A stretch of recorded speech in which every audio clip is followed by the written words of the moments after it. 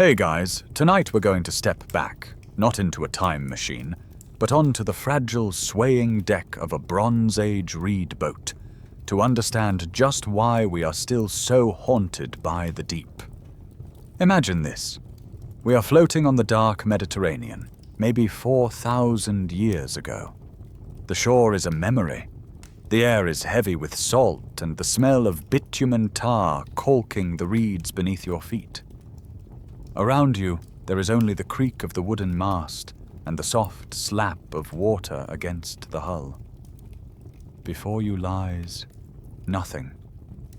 An endless flat black mirror reflecting a spray of unfamiliar stars. The pressure of that emptiness is overwhelming. You kneel at the edge of the boat. You look down. The water is not blue. It's a bottomless, liquid black. You see the reflection of your own face, pale in the starlight, and for a second you feel a cold, primal certainty that something else is looking back up at you from that abyss. This is the feeling. This is where it all begins. This sensation has followed us, clinging to our DNA like sea salt. From that first journey on a log raft to the voyages of Greek triremes, from the age of sail to the modern-day container ship, that feeling has never left us. Our ancestors saw storms, they saw whales, they saw things they couldn't explain, and they came home with stories of monsters. So what is it about the ocean that terrifies us in a way the sky never could? Why, in an age of satellites that can read a license plate from space, does a simple, dark lake still make the hair on your arms stand up? And what if those ancient stories weren't just stories at all? Thanks to paleontology, deep-sea submersibles, and a lot of brave scientists, tonight we are going to dive into that primal darkness together to find the real physical creatures that spawned our worst nightmares.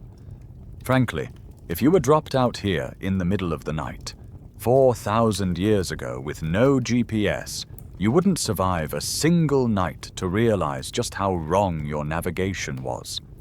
So before you get comfortable, take a moment to like the video and subscribe.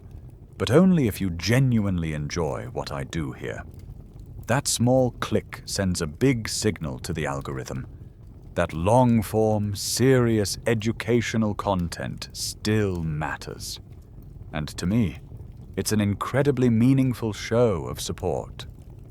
Thank you so much for helping keep this channel going strong. It always fascinates me to see where you're all tuning in from. Let me know in the comments where you are in the world and what time it is for you. Now, dim the lights, maybe turn on a fan for that soft background hum, and let's ease into tonight's journey together. That feeling you have, standing on a dark beach, peering out, that's not just you. That is an ancient shared inheritance. It's a fear that makes perfect sense. We are primates. We are built for trees and savannas. We are creatures of light and air and solid ground. Water. Water is not our home. In fact, over 70% of our planet's surface is an environment that is actively, immediately hostile to us. You're not just afraid of what's in it. You're afraid of it. You are afraid of the crushing pressure, the lack of air, the cold, and the simple, terrifying reality of its scale. We think of our world in terms of mountains and valleys, but the deepest canyon on land, the Grand Canyon, is about 6,000 feet deep. The average depth of the ocean is 12,100 feet. You could drop the Grand Canyon into the average patch of ocean, and it would vanish, with more than a mile of dark water still looming above it. This is a world of inner space, so vast it defies our land-based imagination. And into this void, we have poured our anxieties for millennia. It's no surprise that our word monster comes directly from the Latin word monstrum. A monstrum wasn't just a creature, it was an omen, a divine warning, a sign that something was unnatural or wrong. And to our ancestors, the sea was one giant, living warning. Historians still argue whether our profound fear of the deep is a purely learned behavior passed down through these very stories, or if it's something more. Is it a genetic memory? A kind of hardwired instinct passed down from our earliest mammalian ancestors for whom a fall into the water meant certain struggling death? It's probably both. The learned stories reinforce the primal instinct. We tell tales of the deep to warn our children not to get too close, and those children grow up and tell their children. This fear is the ink we used to write our oldest legends. And the very first, most enduring, and most human-like monster we ever drew in that dark water was the mermaid. That primal fear of the unknown, the monstrum, gave birth to an entire bestiary of creatures. But the one that haunted the ancient mind most intimately was the one that looked almost human. Before the beautiful combed hair mermaid of fairy tales, there was the siren. And she was not beautiful. She was terrifying. You are an archaic Greek sailor, perhaps 700 BCE. Your world is small, a collection of rocky islands in a wine-dark sea. You are rowing a galley, a pentaconta, and the air goes still. The sail, a single square of linen, hangs limp. The sea, which was just a churning highway, becomes a prison. You are becalmed. The sun beats down. The water is a sheet of glass. This is what sailors fear most. Not the storm, but the silence. And then, you hear it. It's not a beautiful song. Not at first. It's a high, thin, reedy sound, like a flute made from bone. It cuts through the dead air. It's not just a sound. It's a feeling. It feels like it's coming from inside your skull. It's hypnotic. It promises... what? Cool water? An end to the endless aching pull of the oar? It promises rest. Your shipmates stop rowing, one by one, their heads tilting. The steersman's hand falls from the tiller. You all stare at a cluster of small, rocky islands just a few hundred yards away. You can see them now. The figures on the rocks. They don't look like women. They look like birds. Twisted, ragged, human-sized birds with the pale, sickly faces of women. They are sitting on a pile of something. You can't quite make it out, but the smell that suddenly hits you on the breeze is not of an island paradise. It is the smell of a slaughterhouse. This is the real siren. When you read Homer's Odyssey, the creature he describes is not a fish woman. She is a Sirenum scopuli, a bird woman. She is a feathered nightmare, a creature of the air who preys on the sea.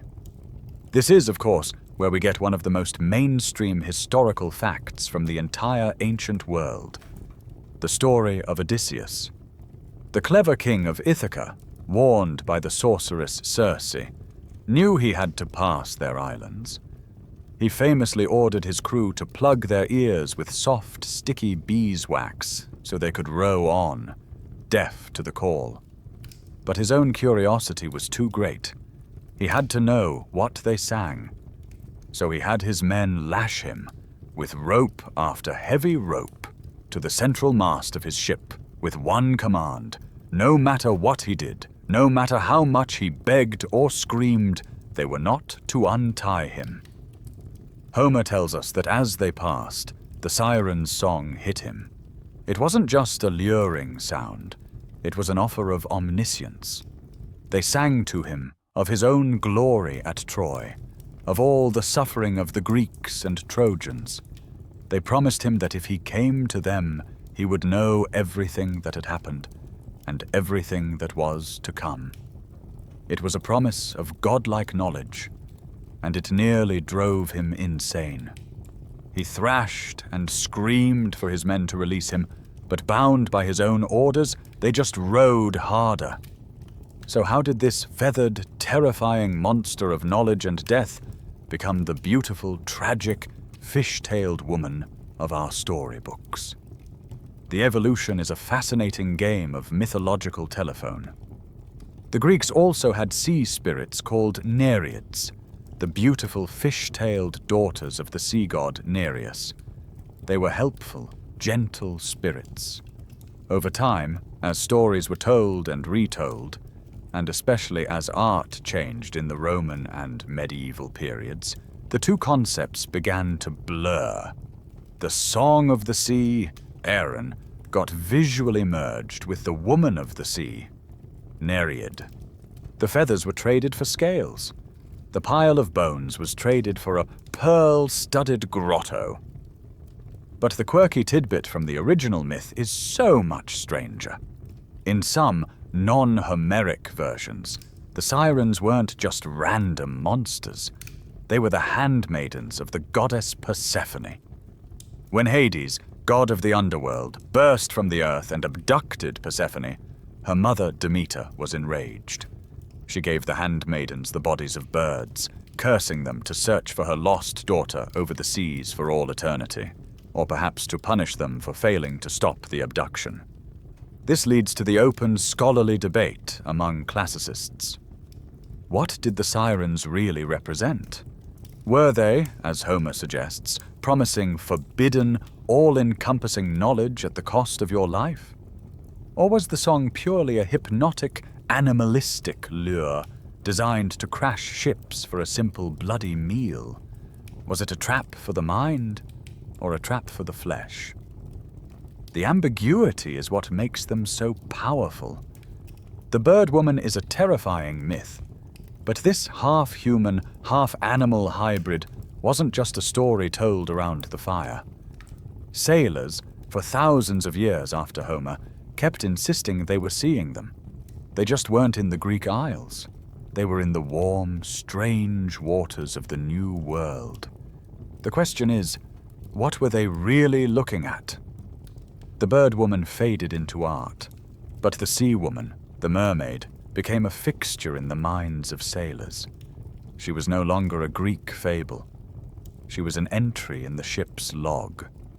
The age of myth was ending, and the age of exploration was beginning. But the monsters just packed their bags and came along for the ride. You are now Christopher Columbus. It is 1493, on your first terrifying voyage across an ocean you thought was empty. You are near the coast of what is now the Dominican Republic. You are exhausted. Your men are exhausted. You are all on edge, malnourished, and have been staring at nothing but blue water for months on end. Your mind is a strange soup of hard-nosed navigation, desperate ambition, and 15th century superstition. You are squinting against the harsh Caribbean sun. Your eyes roar with salt and wind when you see them. 3 figures rising from the water near the shore. They are not birds. They are women, sort of. They lift their upper bodies from the sea, their heads turning to look at the ship. Your heart, for a second, probably seizes. Here it is, the proof, the wonder of the new world. And then, you get a closer look. This brings us to one of the most famous mainstream historical facts of cryptozoology. On January 9th, 1493, Columbus made a real entry in his ship's log. He wrote that he distinctly saw 3 sirenas, or mermaids, which rose well out of the sea. But then comes the famous almost comical letdown. He immediately adds that they were not half as beautiful as they are painted, and that, in fact, in some ways they resembled men in the face. This is the moment the romantic myth collides with a bizarre, leathery reality. Columbus had almost certainly, for the first time, encountered the West Indian manatee. Let's look at the scientific evidence because the case is overwhelming. The manatee, and its cousin the dugong, belong to the order Sirenia, named specifically for the sirens. They are large, slow-moving, aquatic mammals. But the details are what make the mistake plausible. A manatee's front flippers are not just flaps of skin. Inside them, the bone structure is a fused, five-fingered hand, just like ours. They have a flexible neck, unlike a dolphin or whale, and can turn their heads to look around. But the most compelling clue: they are mammals. The females nurse their young. A mother manatee will often cradle a calf in her flippers, holding it to her chest, where her teats are located, much like a human woman. Now, put yourself back on that ship. You are 50 yards away. You are tired, lonely, and frankly, probably suffering from a vitamin C deficiency. Scurvy was rampant, and it was known to cause hallucinations and distorted vision. You see a shape in the waves. You see a head turn. You see arms cradling what looks like a baby. Your brain, preconditioned by 1,000 years of stories, fills in the blanks. It's not a sea cow. It must be a mermaid. Just a really, really ugly one. This mistake happened all the time. For centuries, manatee and dugong sightings were the primary proof of mermaids. But here is the quirky tidbit about these sea cows. Genetically, they are not related to whales, dolphins, or seals.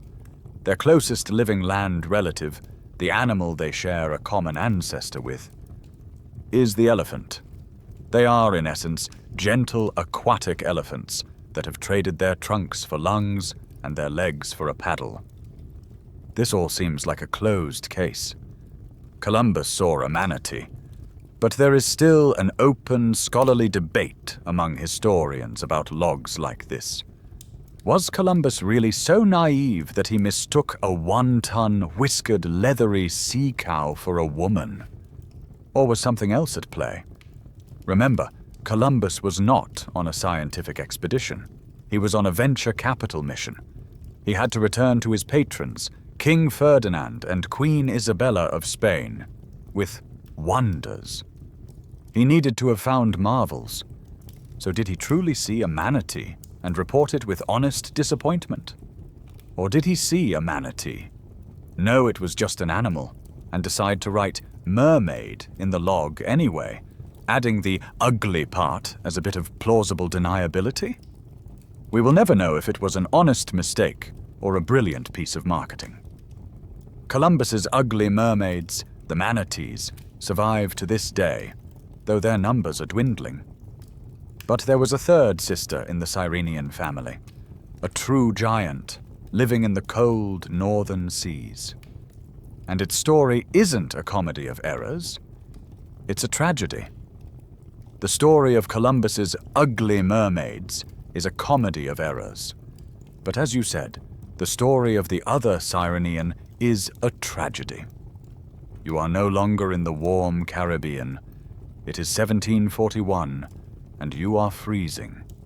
You are Georg Wilhelm Steller, a brilliant German naturalist, and you are shipwrecked on a desolate, fog-shrouded volcanic rock called Bering Island, in the middle of the icy Bering Sea. You are the scientist on Vitus Bering's Great Northern Expedition, and it has been a catastrophe. Your captain, Bering, is dying. Your crewmates are dying of scurvy, their teeth falling from their heads, their joints swelling painfully. You are starving. You are surviving on seals and kelp, and the cold is a physical weight. Then, one day, as you are wading into the frigid, shallow water to forage, you see them. Massive, dark, leathery shapes browsing in the kelp beds just offshore. They are not whales. They are not seals. They are huge, slow, and utterly unafraid. You have just become the first and the last naturalist to ever see and describe Hydrodamelis geiger's, the Steller's sea cow. This was no manatee. This was a true giant, a 30-foot-long, 9-meter, 10-ton Goliath. It was a massive, slow-moving Sirenian, a cold-water cousin to the creatures Columbus saw. And this is the mainstream historical fact of the creature. It was a specialized mermaid of the north. It lived in the shallow, kelp forest-choked waters around the Commander Islands. Steller's meticulous notes tell us it had no teeth. Instead, it had two massive keratinous masticating plates, one on its palate and one on its lower jaw, like living grinding stones. It would rise with the tide, float into the kelp beds, and spend its entire day crushing and eating. And that's it. Steller described them as incredibly, almost fatally docile. They were gregarious, living in family groups. And most tragically, he noted what appeared to be strong, monogamous bonds. He wrote in his journal, De Bestis Marinis, on the beasts of the sea, that when the crew managed to kill a female with a harpoon, her male partner stayed with the body for days, returning to it again and again, even as it lay on the beach.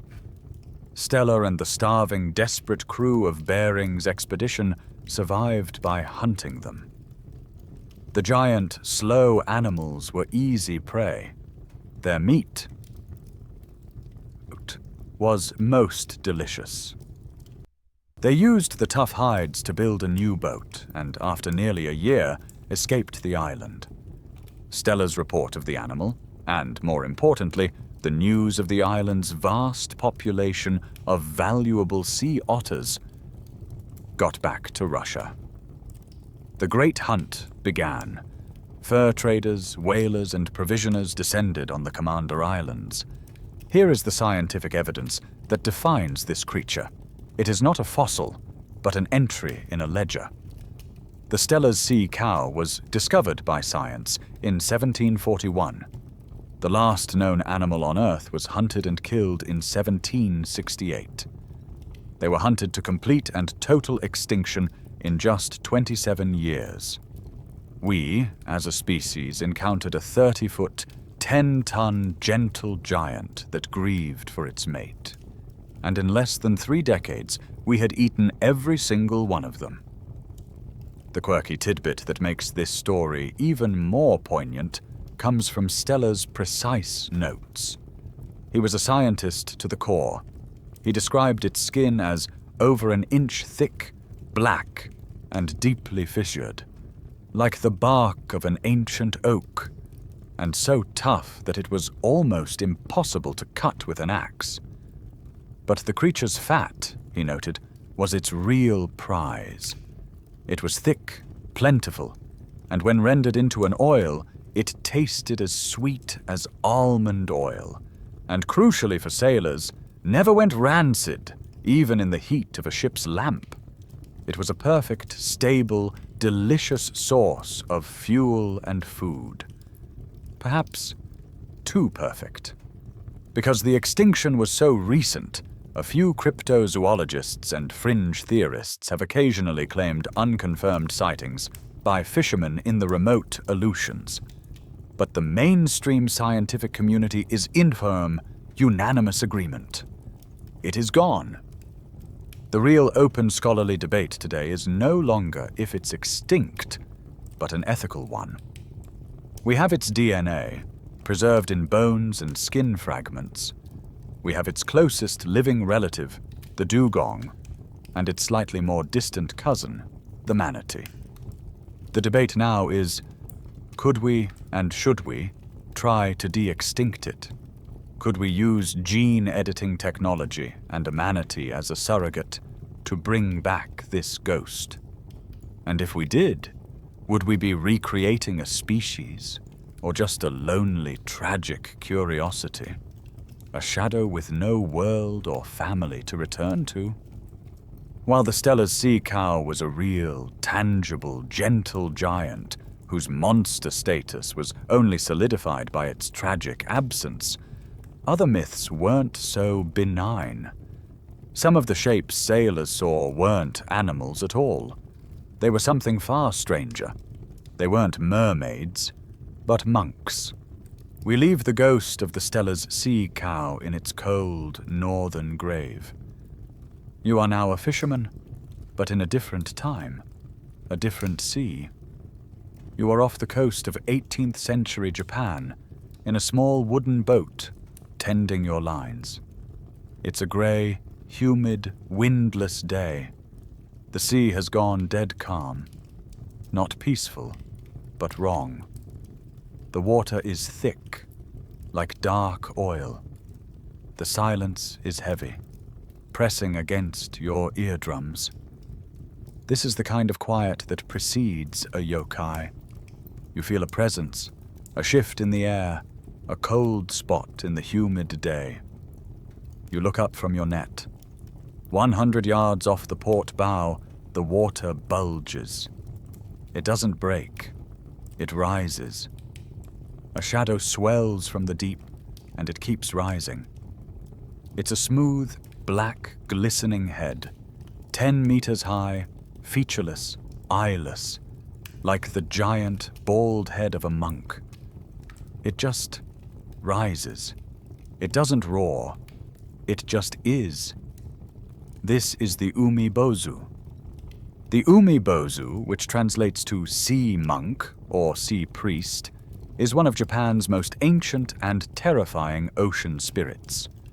This is a monster born from the pure, primal dread of the deep, calm sea. Its legend is a mainstream historical fact of Japanese folklore. It was said to rise only from a calm sea, often at night, a black silhouette against the moon. In some legends, it simply rises and smashes your boat in a single silent motion. But the more terrifying versions are the ones where it interacts with you. It would rise, towering over your tiny vessel, and in a hollow voice it would quietly demand a hishaku, a bucket or a ladle. This is the ultimate test.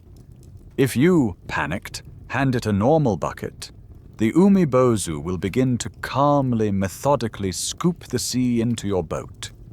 It scoops faster than you can bail, its movements placid and inevitable, until your boat is swamped and you sink, pulled down into the black water it came from.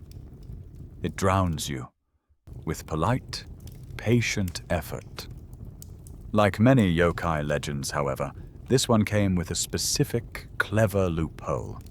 A quirky tidbit that meant survival was a test of wits, not strength. The only way to survive an encounter was to be prepared. When the umibozu demanded its bucket, you were to hand it one, with no bottom.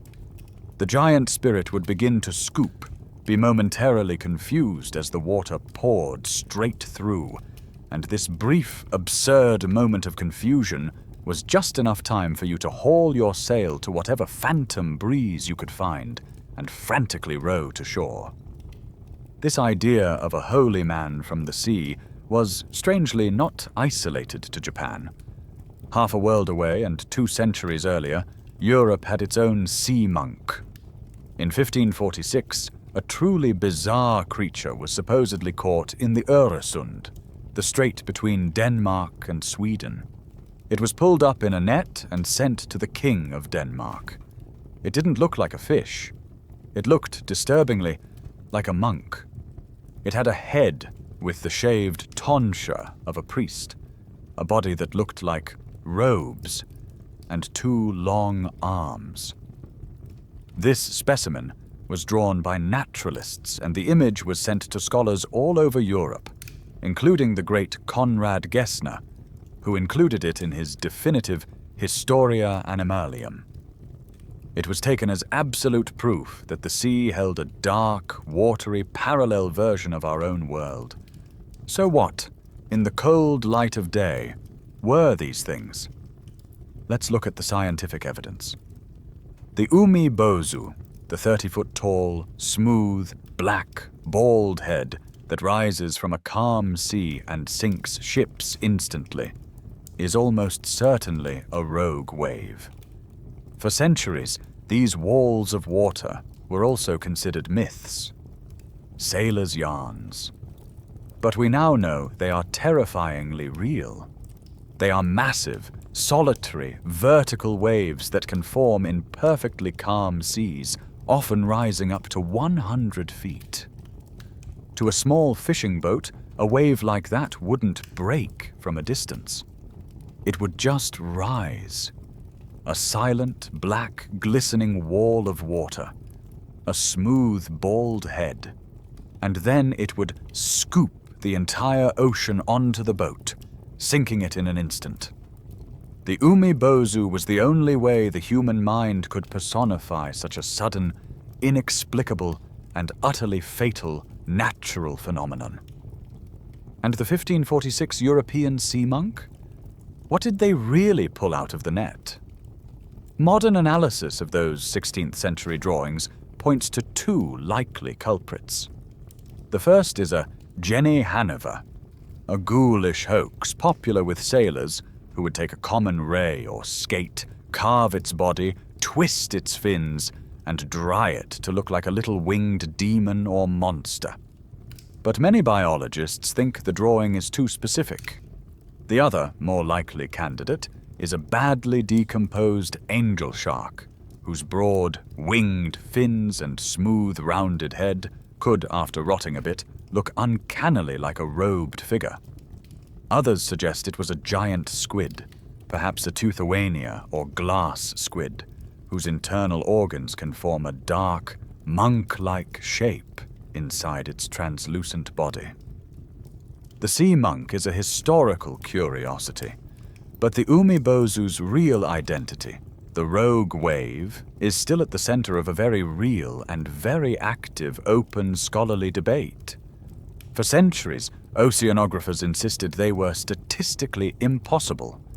It wasn't until 1995, when the Draupner wave struck an oil rig in the North Sea, that we got the first ever digital measurement of one. It was real. Now, meteorologists and oceanographers still debate their exact mechanics and, more terrifyingly, their frequency. Are they more common than we think? Are they the real, hidden monsters responsible for countless unexplained shipwrecks, from fishing boats to modern container ships? These formless, shadowy fears, the wave, the decomposed shark, were one thing, a monster made of dread and decay. But sailors also reported seeing something far more specific, something huge, alive, and swimming with purpose, something long, fast, and serpentine. The Umi Bozu was a monster of feeling, a vertical, formless dread that rose from a dead calm. But the creature that truly obsessed the age of sail was different. It was horizontal. It was fast. It was unmistakably an animal. You are no longer in Japan. The year is 1817. You are in a brand new, bustling country, the United States. You're standing on the shore of Gloucester, Massachusetts, a town of professional, sober, hard-working mariners. It's a hot, clear, bright day in August. You are not a lone, superstitious fisherman in the fog. You are a townsperson, a craftsman, a mother, a merchant. And you are standing shoulder to shoulder with, well, everyone. The entire town is lining the shore, pointing, talking, and staring. Because out there, in the middle of the bright, sunlit harbor, is a monster. It's not a vague shadow. It's not a feeling. It is a 60-foot-long, dark, serpentine creature, its body looping through the water like a caterpillar crawling at impossible speed. It is, by all accounts, moving faster than a whale, faster than any ship under full sail. Witnesses will swear, again and again, that it has a head shaped like a sea turtle's, or a horse's, which it holds several feet high, clear out of the water, turning it to survey the shore. This is the mainstream historical fact of the great Gloucester sea serpent, and it's not a fringe event. It's not a footnote. It is perhaps the single most credible, well-documented, and baffling mass sighting in the history of monster hunting. This wasn't one or two sailors returning from a long voyage. This was a mass sighting by hundreds of people on land. The creature didn't vanish after a minute. It stayed in and around Gloucester Harbour for weeks. Respected, God-fearing citizens, including magistrates and clergymen, went on record, giving sworn, notarized testimonies about what they saw. This was not a myth. To them, it was a biological event. The town, naturally, was in a frenzy. This was it. The proof. A new wonder of the world, right in their harbour. A few brave men, led by a ship's captain named Solomon Allen III, loaded their muskets, rowed out in a small boat, and actually tried to kill it. They got within 80 yards. The creature, they said, was wary. It saw them coming. It calmly submerged, and when it resurfaced, it was on the other side of the harbour, a quarter-mile away, having easily outpaced them. They never landed a shot. But they did find proof. A few days later, some boys on a farm near the beach found something. It was a baby serpent. It was about 3 feet long, black, and when it moved in a strange, vertical, humped fashion, just like the great beast in the water. This, they thought, was the key. This was the 19th century, the great age of naturalism. Science was booming. This wasn't a specimen to be dismissed. It was evidence. The small, humped body was reverently sent to the prestigious Linnaean Society of New England. The scientists studied it. They dissected it. They agreed. It was new. It was unknown. They gave it a glorious, official, scientific name. Scoliophis atlanticus, or the Atlantic humped snake. They proclaimed it to the world the juvenile form of the great monster in the bay. The mystery was solved, until, of course, it wasn't. Years later, long after the monster fever had died down and the serpent had vanished, another, more skeptical naturalist got his hands on the Scoliophis specimen. He looked at it again, not with the breathless excitement of a monster hunter, but with the cold, patient eye of a herpetologist. He re-examined the famous humps. He looked at the spine, and he realized it was just a common black snake, Coluber constrictor. It was a perfectly normal land-dwelling snake that, due to either an old, healed injury or a simple genetic deformity, had a series of kinks in its spine. This deformity forced it to move in that strange, vertical, humped. The baby sea serpent that had shocked the scientific community was just a disabled snake. The adult, however, remained a total mystery. It was so famous, it had earned its own quirky tidbit of a name from the media. It was given a tongue-in-cheek, half-serious Linnaean name of its own, Megophius monstrosus, which translates beautifully to the monstrous big snake. This is where the open scholarly debate still rages, and it's a fascinating one. The baby was a red herring. So, what did hundreds of sober, respected people in Gloucester see? For weeks? in broad daylight.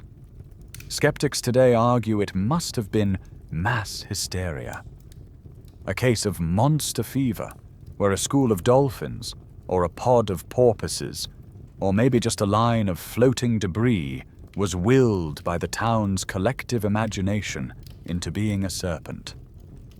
But the believers, and even some modern researchers, push back. The sheer volume of sworn testimony is hard to dismiss. The consistency of the horsehead description is baffling. The creature's incredible, looping speed. It all makes mass hysteria feel like an unsatisfying, almost lazy answer. What was in that harbor in 1817? The mystery of the adult creature remained. It was a puzzle that plagued scientists for the next century. What could possibly be that big, that fast, and look like a serpent? Science, as it turns out, has a few very, very good candidates.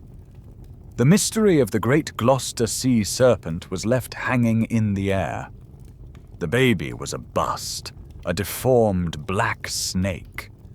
The skeptics who had cried mass hysteria felt vindicated, smugly certain that hundreds of sensible townsfolk had collectively lost their minds for an entire summer.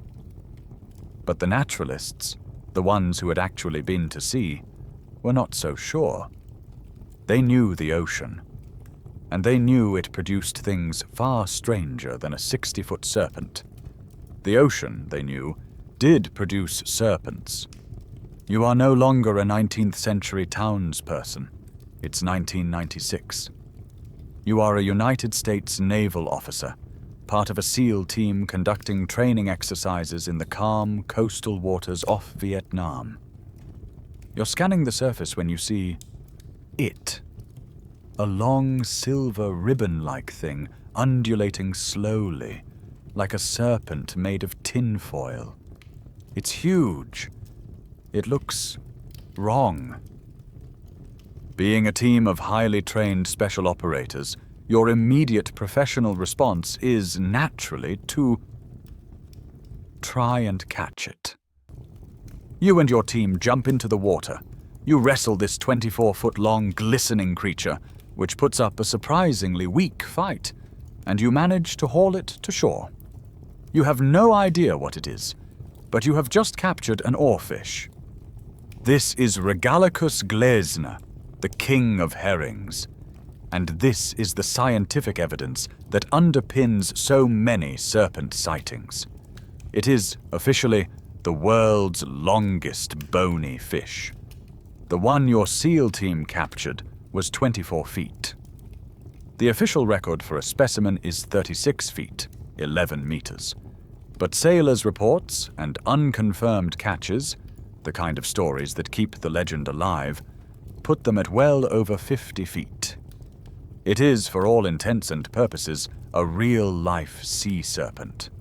It is scaleless, with a body that is thin, compressed, and ribbon-like, covered in a silvery, iridescent guanine coating that gives it a metallic sheen. And most importantly, it has a brilliant crimson-red dorsal fin that runs the entire length of its body, from its snout to the tip of its tail. On its head, this fin is elongated into a high, flamboyant, plume-like crest. A mane. Suddenly, all those old-timey reports from Gloucester and elsewhere, swearing the creature had a horse's head or a red mane, don't seem so crazy. A 50-foot-long silver snake with a bright red crest surfacing in the sun. You would call it a monster, too. So, if these are real, why don't we see these 50-foot, red-maned serpents every day? Why aren't they a common sight? This is the central, mainstream historical fact about the oarfish. They are creatures of the deep. They are not surface swimmers. They belong to the mesopelagic, or twilight zone, living at depths of 1,000 to 3,300 feet, about 1,000 meters. They spend their entire lives in the cold, crushing, near-total darkness. The only time we, the air-breathing surface dwellers, ever encounter them is when they are sick, dying, or have been pushed to the surface by a powerful storm or a deep-sea current. They wash ashore, dead or dying, like strange silver and red telegrams from a world we cannot visit. This extreme rarity, this messenger from the deep status, has, of course, given them a powerful mythological reputation. The quirky tidbit is that, in Japan, the oarfish has a special and very poetic name, Ryugu no Tsukai. This translates as the messenger from the sea god's palace. Because they live at the bottom of the world and only appear just before or after major oceanic events, like tsunamis or typhoons, they are seen as powerful omens. Specifically, a mass beaching of oarfish is traditionally, and still very soberly, regarded as a direct warning of a massive, coming earthquake. This, naturally, leads to the fascinating open scholarly debate. Is this just folklore, or is there real science to it? Skeptics and seismologists have studied this for decades and, officially, have found no proven statistical link. No smoking gun. It's folklore. And yet, the stories are so persistent. The correlation, just in the last few decades, is uncanny. Several oarfish washed up in Japan just before the 2011 Tohoku quake. They washed up in the Philippines before the 2017 Surigao quake. The debate continues with a compelling theory. These deep-dwelling fish, with their incredibly long, sensitive bodies, might be acutely attuned to the subtle changes that happen before a quake. They might feel the micro-tremors we can't. They might be sensitive to the release of dissolved gases from the seafloor, or the faint electromagnetic changes in the rock, which can precede a tectonic slip. The omen might just be the fish getting sick, disoriented, or fleeing these precursors and floating to the surface. The oarfish is a fantastic candidate. It's real, it's giant, it's serpentine. It has a mane. But it has problems. It doesn't quite fit the Gloucester report. For one, it's famously fragile. Like wet tissue paper, as one scientist said. And more importantly, the rare times we have filmed it alive in the deep, it's not a powerful horizontal swimmer. It's a bit goofy. It often just hangs vertically in the water, head up, its long body limp, just drifting with the current. It doesn't seem capable of the incredible speed, faster than a ship, that the Gloucester witnesses swore by.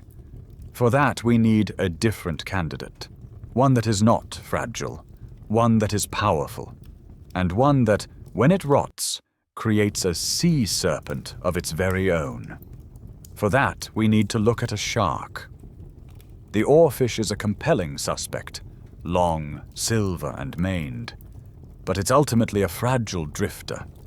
It doesn't match the reports of a powerful, horse-headed creature charging through the waves. For that, we need a suspect with more girth. You are a sailor on a whaling ship, mid-19th century, off the coast of Scotland. You're high in the rigging, on lookout. You scan the grey, choppy water, and you see it. Not one fin, but 3, or maybe 4. They are in a perfect line. A small head fin, followed by a very large dorsal fin, followed by a third, smaller tail fin. The distance from the first fin to the last is easily 40, maybe 50 feet. They cut through the water as one, rising and falling in the swell. It's him. Megophius monstrosus, the great sea serpent. You shout, and the deck erupts in chaos. But what you are looking at is not one creature.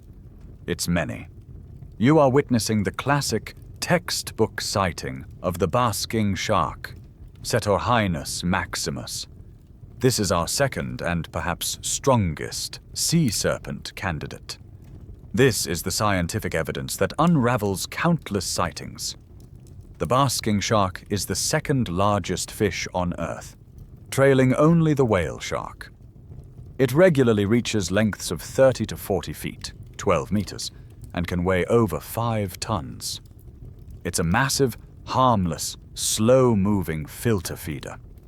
And here is the mainstream historical fact that makes it the perfect culprit. During feeding, or, as some biologists believe, during courtship rituals, basking sharks are known to swim in tandem formation. They follow each other in a perfect nose-to-tail line, sometimes with 3, 4, or even more sharks in a single queue. Now imagine that from a distance. You don't see the individual sharks. You see a series of fins, all moving as one, creating the perfect illusion of a single, massive, serpentine creature with multiple humps. And the horsehead the Gloucester witnesses swore by? That could easily be the shark's enormous conical snout and gaping 3-foot-wide, filter-feeding mouth, which it often holds just above the surface as it skims for plankton. The basking shark doesn't just look like a sea serpent while it's alive, it becomes one after it's dead. This is where the evidence becomes undeniable.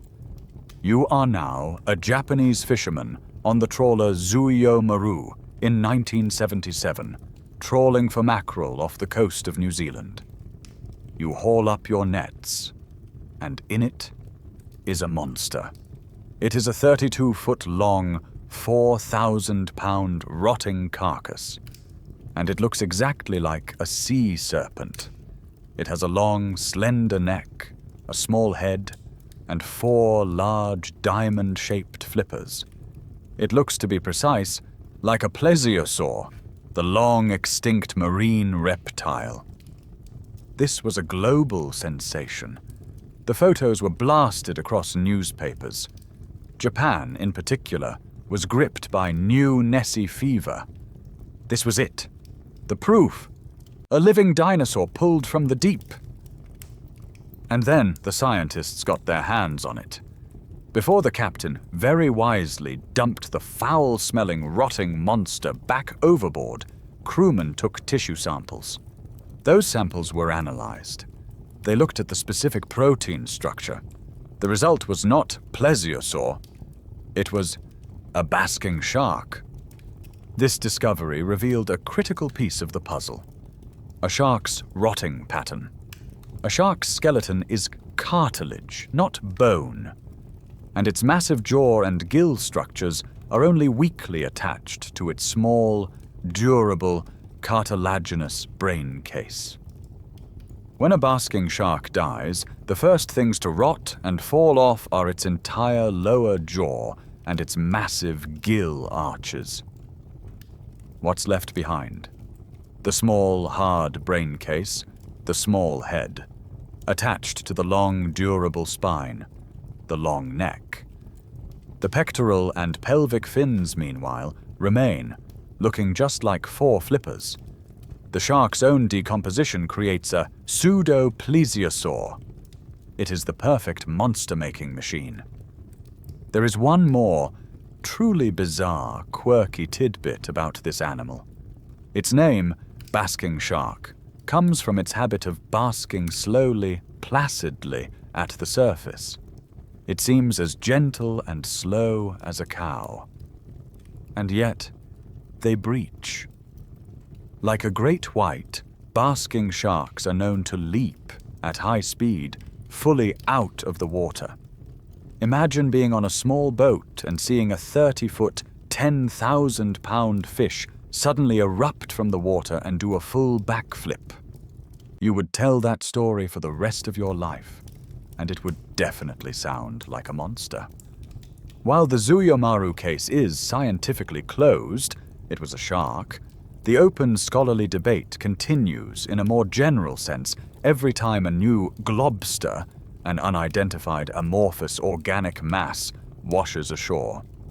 The basking shark's rotting pattern provides the most likely explanation for almost all long-necked carcasses. But the mystery of the deep is powerful, and believers want to believe. The oarfish and the basking shark are fantastic, real-world explanations for these myths. They are animals, misidentified. But what if the really old stories weren't just about fish? What if they were echoes, written in stone, of a time when the seas were not just mistaken for a world of serpents? What if they were echoes of a time when real, air-breathing serpents did rule the waves? The basking shark and the oarfish are compelling explanations for what the men of Gloucester might have seen. They are creatures of flesh and blood, mistaken for monsters. But the myth of the sea serpent is older and more profound than a simple misidentification. It feels ancestral. What if the stories aren't just mistakes? What if they are memories? Not memories passed down by sailors, but memories passed down by the land itself? You are no longer a sailor. You are a 19th century farmer, an enslaved man, or a plantation owner in the American South, in the sticky, oppressive heat of an Alabama summer. You are digging, not for clams, but for marl. A clay-like soil you use to fertilize your cotton fields. Your shovel hits something hard. It's not a rock. It's a bone. It's a vertebra, a piece of a backbone. And it's the size of a dinner plate. You keep digging. You find another, and another. You and the other men start laying them out on the field in a line. The line gets longer and longer. It keeps going. By the time you are done, you have laid out the spine of a snake that is over 60 feet long. This is it. The bones of the great sea serpent, the monster from the Bible.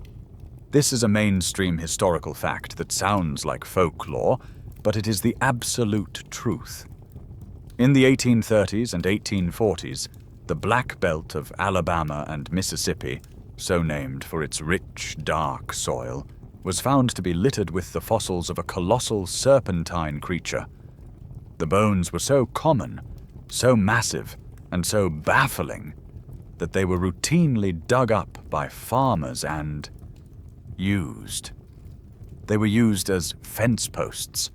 They were used as foundation stones for houses.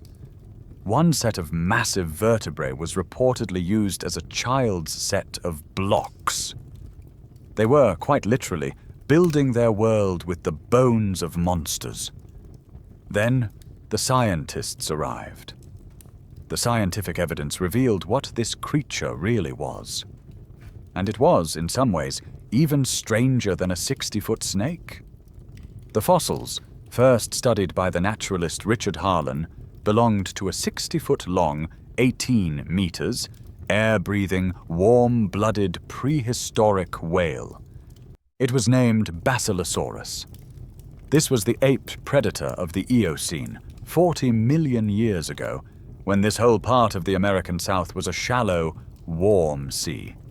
It was a whale, but it looked nothing like a whale we know. It had a long, whip-like serpentine body. It had a tiny head for its size, but that head was filled with a terrifying, interlocking set of different kinds of teeth. Slicers in the front, crushers in the back, like a land wolf. It was, in short, a 60-foot-long whale snake that hunted other whales. This creature perfectly matches the sea serpent archetype. Its discovery kicked off a new wave of monster fever. And, like any good monster, it came with a fantastic, quirky tidbit. Its name. When Richard Harlan first named it, he was convinced he was looking at a giant marine reptile, like a mosasaur, so he named it Basilosaurus, which means king lizard. A few years later, the legendary English anatomist Sir Richard Owen studied the bones and realized, "My good sir, this isn't a reptile. The teeth, the skull, this is a mammal." Owen tried to correct the error, proposing the new, more accurate name, Zeuglodon yoke-tooth. But the rules of scientific nomenclature are strict. The first name is the right name. So, to this day, this giant serpentine whale is officially and very confusingly known as the king lizard. The king lizard also has the distinction of being the star of one of history's greatest scientific hoaxes. A showman and huckster named Albert Koch, a rival of P.T. Barnum, got his hands on several different incomplete Basilosaurus skeletons. He saw a business opportunity. He stitched them all together, end to end, to create a single serpentine monster that was an absurd 114 feet long. He named it Hydraarchos, the Great Water Ruler, and toured it around America and Europe, advertising it as the real biblical sea serpent. It was a massive sensation before, like the Gloucester baby, it was exposed as a fraud by scientists. But even today, the Basilosaurus itself remains at the center of a fascinating open scholarly debate. Paleontologists still argue about how it swam. Did it undulate its entire 60-foot-long snake-like body, side to side or up and down like an eel? Or did it have tail flukes like a modern whale and swim by propelling itself with its tail, its long body just trailing stiffly behind? The anatomy is ambiguous, suggesting maybe both. The fossil of this king lizard haunted the 19th century land. But it was an echo. Out on the water in the present, people were still seeing monsters. And these monsters weren't in the sea. They were in our lakes. The bones of Basilosaurus haunt the dry quarries of Alabama, a memory of a time when the land was a shallow, monster-filled sea. But you've left that 19th century fever dream. You are now much further north, in the crisp, cold, pine-scented air of British Columbia. You are in a dugout canoe gliding over the mirror-calm surface of a deep, dark, fjord-like lake. The water is 84 miles long and, in places, over 700 feet deep. It is profoundly cold and profoundly black. You are a member of the Syilx, the Okanagan First Nation. This is your ancestral land, and this lake is your life. But you know its rules. And you know, with a certainty passed down through countless generations, that you never cross this one specific part of the lake, near a jagged cliff called Squally Point, without an offering. You paddle quickly, your wooden paddle dipping with a silent, practiced rhythm, but you pause. You drop a small piece of food, perhaps a freshly caught fish, or in later years a chicken, over the side. It vanishes into the dark. You are paying respect. You are paying a toll.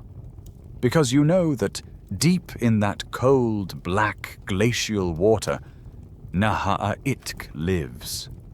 The water demon, the sacred creature of the lake. This is the mainstream historical fact at the very heart of this mystery. The legend of a monster in Lake Okanagan predates any European settlers by centuries, perhaps millennia. First Nations traditions all spoke of a large, powerful serpentine creature that lived in the deepest parts of the lake. It was not a monster in our cartoonish sense. It was a respected, feared, and powerful spirit of the water. When settlers first arrived, they were warned by the Syilx people not to cross the lake in that spot, for their own safety. This wasn't a tourist trap story. This was a deep-seated cultural belief. Then the settlers came, built towns, and crucially, built roads and brought cameras. And in 1926, something happened that mirrored the Great Gloucester Sea Serpent sighting, but with a distinctly modern twist. A mass sighting occurred, not from a village green, but from a convoy of over 30 carloads of people. They were all driving along the newly constructed lakeside road when they stopped, one by one, getting out of their Model Ts to stand and gawk. Out in the water, they all watched, stunned, as a large, multi-humped serpentine creature with what they described as a horse-like head moved powerfully through the water. The modern Ogopogo craze was born. The descriptions from this sighting, and the hundreds that would follow, were all remarkably consistent. 50 to 80 feet long, dark green or black, moving with a series of vertical undulations, its head held several feet clear of the water. The ancient, respected Naha'itk was suddenly a media sensation, and it was given a new, profoundly silly name. This is the quirky tidbit that shows how pop culture can completely rebrand an ancient legend. The name Ogopogo has zero connection to First Nations lore. It comes from a catchy, ridiculous 1924 British music hall song called The Ogopogo, the Funny Foxtrot. The lyrics went, "I'm looking for the Ogopogo. His mother was an earwig. His father was a whale. I'm going to put a little salt on his tail." A local newspaper columnist in Vernon, British Columbia, heard the song at a Rotary Club meeting, thought it was hilarious, and applied it to the local lake monster. The name stuck. The ancient, sacred water demon was now, officially, a vaudeville act. So, what is it? What are people seeing in that lake? Skeptics, as always, point to the obvious. Wind slicks on the water, waves from a boat's wake reflecting strangely, or a line of floating logs. And these mundane explanations do account for a huge number of sightings. But they don't explain the horsehead, they don't explain the power and speed, and they certainly don't explain the centuries-old Naha'itk legend. For that, we need a far better candidate. The scientific evidence points overwhelmingly to a real, living, prehistoric monster that absolutely does live in the region's river systems: the white sturgeon. The sturgeon is a living fossil, a biological design unchanged for over 175 million years. It's not a normal fish. It's a bottom-dwelling, cartilaginous beast covered in 5 rows of bony, armor-like plates called gutes. They look like something from the age of dinosaurs, and they are colossal. White sturgeon in the nearby Fraser River system, which Lake Okanagan was, in the distant past, connected to, can grow to be 20 feet, 6 meters, long, weigh nearly a ton, and live for over 100 years. Now you're back in that canoe. Imagine a 20-foot, armor-plated, prehistoric fish, one of the largest freshwater fish on Earth, breaking the surface. It rolls, showing its long, dark, scaly back. Its blunt, horse-like snout and its shark-like tail fin break the water at the same time, 20 feet apart. That is a lake monster. It perfectly explains the First Nations' respect for a massive, powerful water demon. It perfectly explains the humps and the horsehead seen by the motorists in 1926. This, of course, is the open scholarly debate that forms the very cornerstone of cryptozoology. Does the sturgeon explain all Ogopogo sightings? Skeptics say yes. It's the perfect, rational, biological explanation. That, or a very large lost seal, or some waves. But the believers push back. They point to the blurry photos and films where the humps seem too far apart to be a single 20-foot fish. They argue the horsehead is seen held high out of the water, which a bottom-feeding sturgeon just wouldn't do. The skeptics say sturgeon. The believers say something else. And the local tourist board just smiles, builds a statue and says, "Welcome to Ogopogo's Lake." In Canada, the monster was a fish, a sturgeon that became a beloved mascot. But in other parts of the world, in the warm, monsoon-soaked lands of South Asia, the monster that lived in the water wasn't a demon or a mascot. It was a god. In the cold, deep lakes of Canada, the monster was a sturgeon, a prehistoric fish that became a bearded, campy mascot. But you are leaving that world. You are traveling south and east to the hot, humid, monsoon-soaked lands of ancient India. You are a farmer. The air is thick, metallic, and still. The sun, a white-hot disk, has baked your fields into a cracked grey puzzle of dry earth. The monsoon is late. The local well is nothing but mud. The great sacred river has shrunk, pulling away from its banks, leaving a wide, stinking margin of drying reeds. Your family is thirsty. Your crops are dying. This is not just an inconvenience. It is a matter of life and death. So you go to the ghat, the stone steps leading down to the sluggish water. You bring a small offering, a bowl of milk, a few marigolds. You are not praying to a distant god in the sky. You are praying to the spirit of the river itself. You are praying to the god in the water. You are praying to the Naga. This is the mainstream historical fact of this myth. The Naga is not just a monster. In Hindu, Buddhist, and Jain traditions, the Naga, from the Sanskrit for serpent, is a powerful semi-divine being. They are not always evil. They are complex. They are described as being half human and half cobra, or sometimes as a giant multi-headed snake. And they are, above all, the spirits of water. They are the guardians of rivers, lakes, wells, and springs. They control the rains and the monsoons. They guard the Amrita, the nectar of life and immortality. And they are the protectors of treasures hidden deep within the earth. To anger a Naga is to bring on drought, floods, and sickness.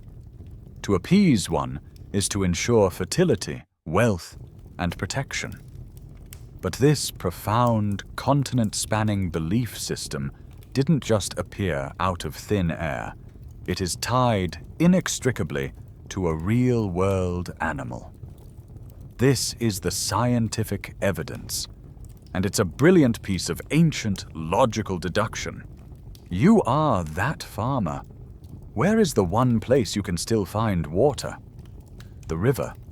And where, in that tangle of reeds by the low water, do you also find the most powerful, dangerous, and awe-inspiring animal in your world? The king cobra. Cobras, like all snakes, are often found near water sources. That's where their prey, the rodents, the frogs, the other snakes, comes to drink. The ancient Indian mind made a perfect logical leap. This 12-foot hood-flaring, incredibly intelligent, and lethally venomous creature is not just near the water. It must be the guardian of the water. The water gives life. The cobra holds the absolute immediate power of death. Therefore, the serpent controls the flow of life and death. You do not kill it. You worship it. You leave it a bowl of milk, a sign of respect. This belief is so strong that snake temples and cobra worship exist to this very day. The Naga in art is often shown not as a single snake, but as a giant with 5 or 7 heads. This leads to the most famous quirky tidbit about the Naga, a story that perfectly shows its dual nature. In Buddhist lore, as the Buddha was sitting in deep meditation, a violent storm rose, with torrential rains and cold winds. The Buddha, lost in his meditation, was unprotected. From the earth rose Mukalinda, the king of the Nagas. He was a colossal, multi-headed cobra. But he did not attack. He protected. He coiled his massive serpentine body under the Buddha, lifting him up off the cold, flooding ground. And then he spread his giant, seven-headed hood wide, forming a living umbrella, shielding the Buddha from the storm until it passed. This isn't a story of a monster. It's a story of a guardian. This duality is at the heart of the great open scholarly debate among anthropologists. Where does snake worship, a phenomenon found in almost every ancient culture, truly come from? Is it based purely on fear? Is it a simple prophylactic act of appeasement?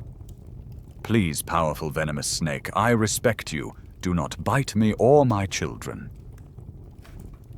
Or is it based on reverence? The snake, after all, sheds its skin. It emerges from its own dead body, new and vibrant. Is it a symbol of rebirth, fertility, and immortality?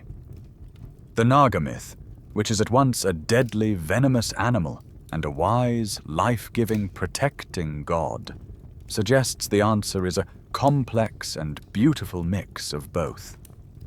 These serpents, both real and divine, were feared, worshipped, and respected as fundamental forces of nature, guardians of the life-giving water. But halfway across the world, on the cold, greasy, blood-slicked decks of whaling ships, sailors were facing a different kind of guardian. A real one. One that inspired not reverence, but a singular, obsessive, and very profitable terror. A white whale. The Naga was a god, a guardian of the life-giving water, a creature to be appeased with offerings of milk and flowers. But you are leaving that world of reverence. You are on the deck of a different kind of vessel, one not built for prayer, but for industry. You are on the greasy, blood-slicked, bone-strewn deck of a Nantucket whale ship. You are Owen Chase. You are the first mate of the Essex. The year is 1820. You are not a farmer praying for rain. You are a factory worker on the high seas. Your job is to hunt, kill, and butcher the largest creatures on Earth, to boil their blubber into oil to light the lamps of New England. It is a brutal, dangerous, and profoundly profitable business. And today, November 20th, business is about to turn on you. You are in the middle of the Pacific Ocean, 2,000 nautical miles from the nearest scrap of land. You are, by any sane measure, in the absolute, terrifying middle of nowhere. You've just harpooned a whale, and your 3 small 25-foot whaleboats are stoved, smashed, and in disarray. You've rowed back to the main ship, the Essex, to make repairs. You are on deck, hammering a new plank, when you see him. He is, by your estimation, 85 feet long, far larger than the average male. He is a massive, old bull sperm whale, and he is not fleeing. He is not wounded. He is lying motionless on the surface, 100 yards off the bow, just watching you. You and the 20 men on board. He seems to be looking at the ship, as if considering it. Then he dives. A minute later, he surfaces, moving at high speed, directly at the ship. He is not just swimming. He is charging. He strikes the Essex head-on, with a crash that, as you'd later write, shook every timber in her. The 238-ton ship shudders as if it has struck a reef.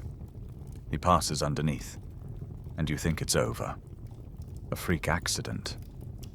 Then you see him again. He has turned. He is off the bow, and he is apparently in convulsions, thrashing his head and tail. You see him snapping his jaws together, as if distracted with rage and fury. And then he composes himself. He turns, and he comes at you again. This time, at full speed. He rams the bow a second time. The wood splinters. The sea pours in. The Essex is doomed. This is the mainstream historical fact that would, decades later, inspire one of the greatest novels ever written. The Essex was rammed twice and sunk by a massive, seemingly vengeful sperm whale. The 20-man crew, in a horrifying echo of the Odyssey, was forced to abandon their sinking world and escape in 3 small, open, leaky whaleboats. What followed was not a story of adventure. It was one of the most horrific survival ordeals in maritime history.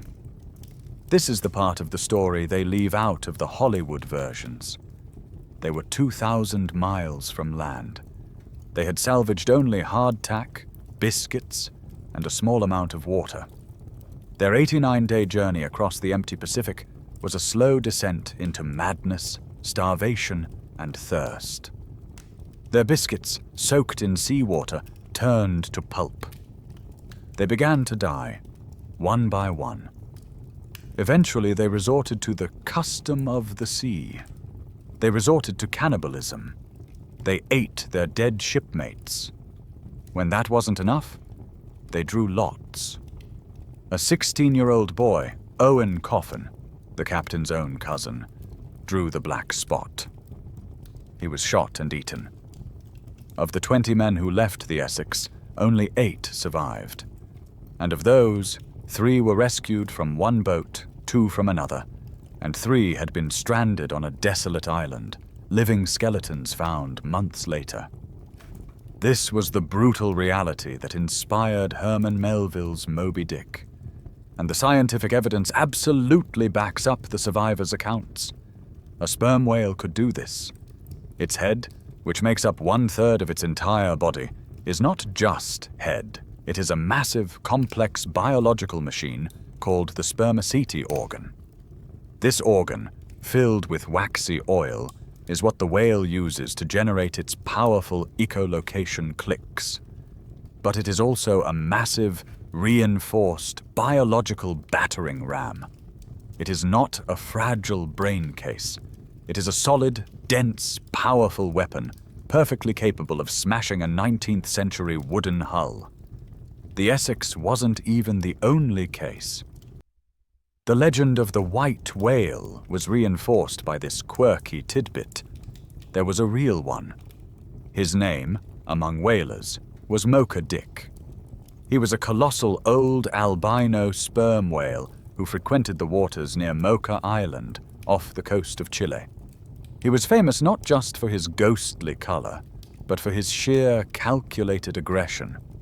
He was a known ship killer. He reportedly survived over 100 encounters with whalers and was said to have 19 harpoons embedded in his back when he was finally killed years later. Mocha Dick, combined with the Essex story, gave Melville all the material he needed. In fact, Melville, as a young man, actually met and spoke with the son of Owen Chase, the first mate whose account you've been living. He read Chase's harrowing, self-published narrative of the disaster. That reality check, that first-hand account of the terror and the 89-day ordeal, is what grounds the novel's epic, philosophical madness in a cold, hard, terrifying truth.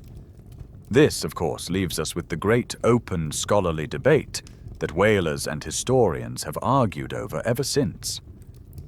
What was the whale's motive? The survivors, especially Owen Chase, were convinced it was an intelligent, calculated, and vengeful attack, that the whale knew what it was doing.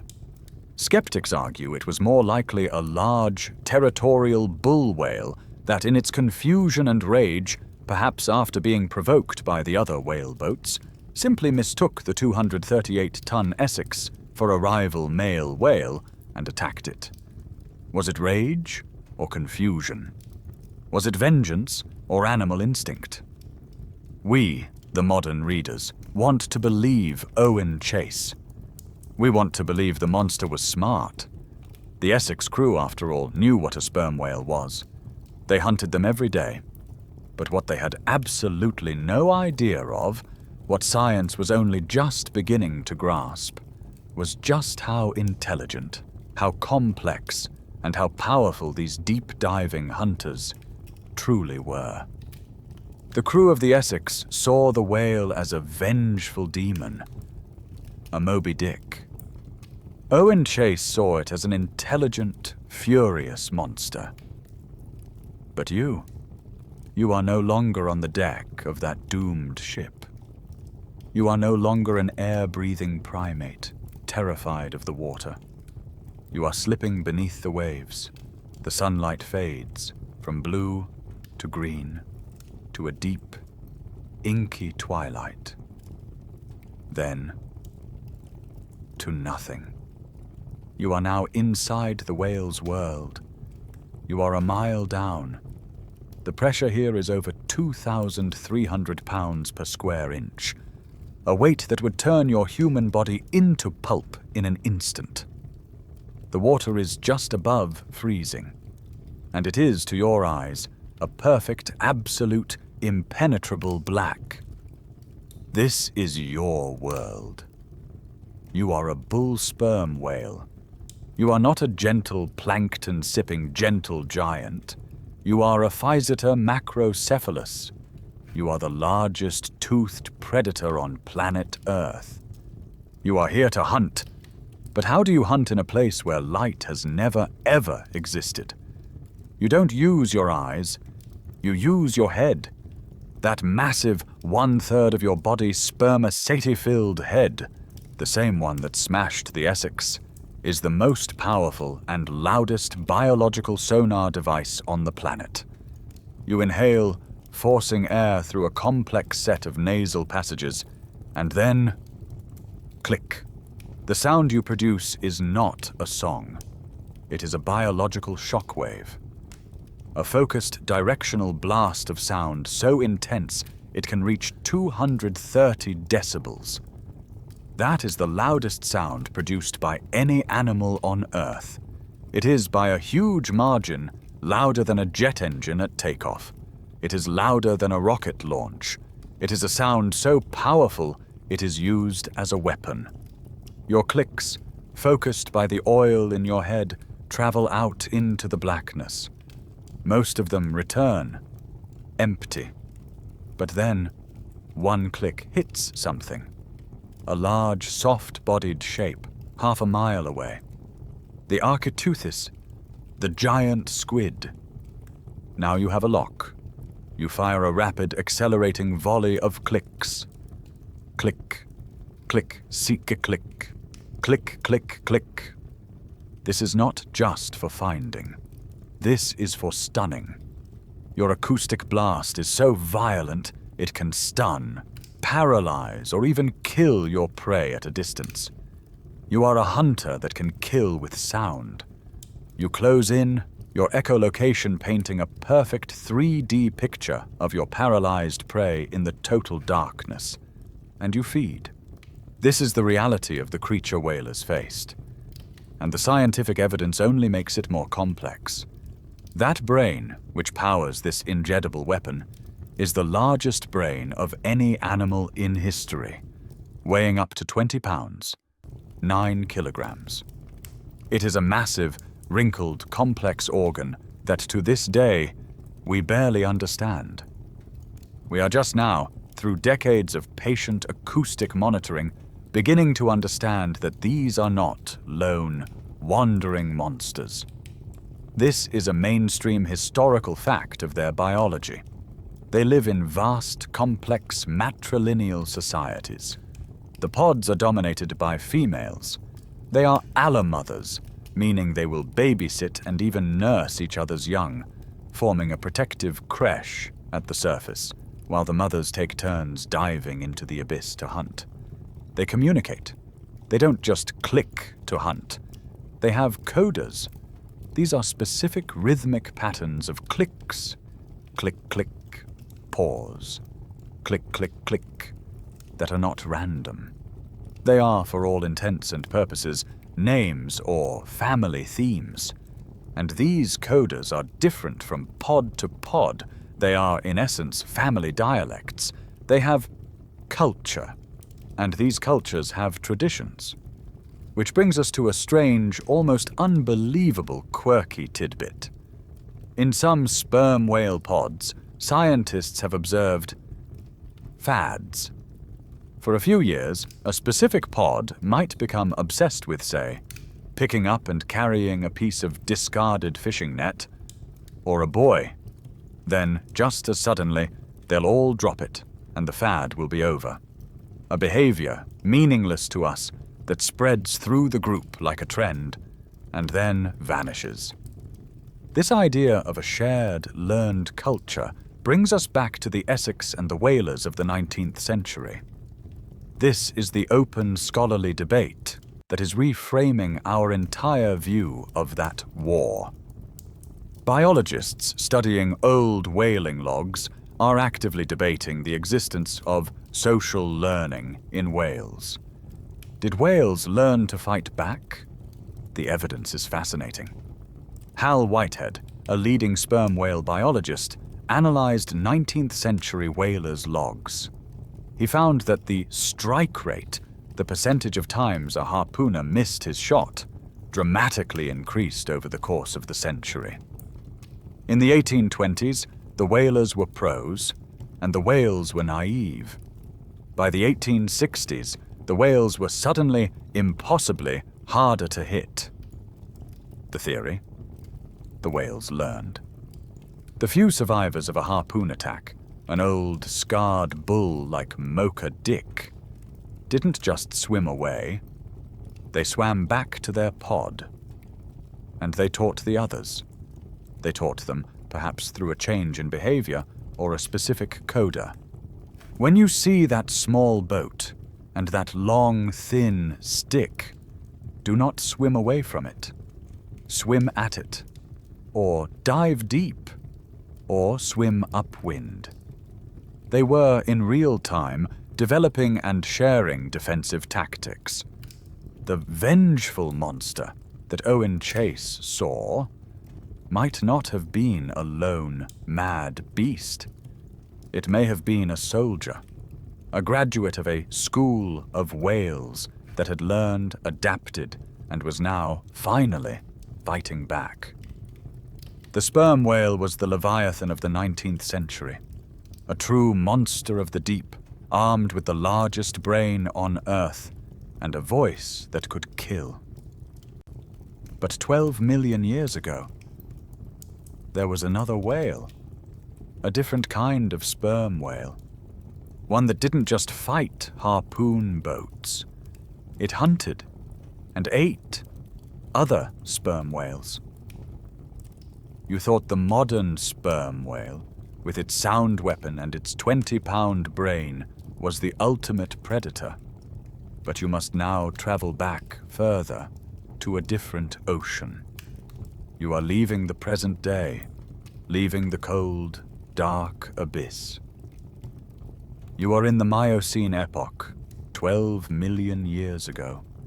The water is warm, shallow, and teeming with life. You are a 40-foot-long, medium-sized whale, something like a modern minke, but more primitive. You are swimming in what will, one day, be the coast of Peru. You are wary.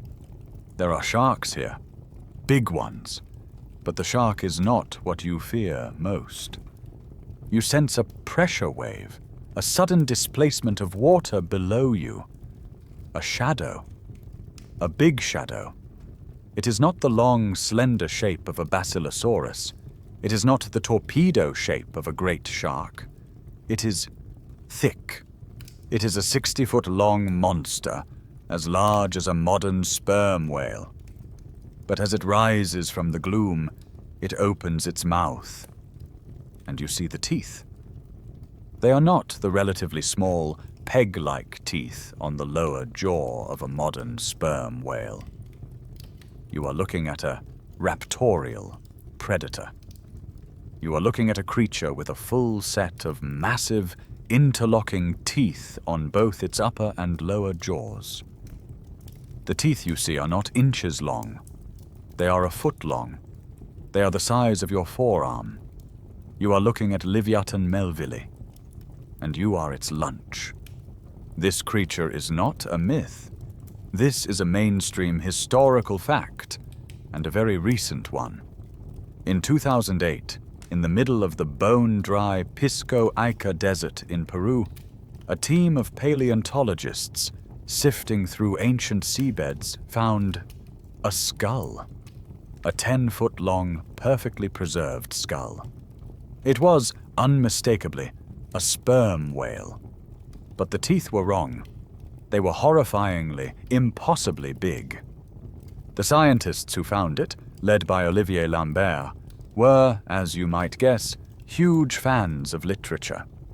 They knew exactly what they had found. They had found the real Moby Dick, the real biblical monster. And so, in a moment of scientific poetry, they named it Livyatan melville.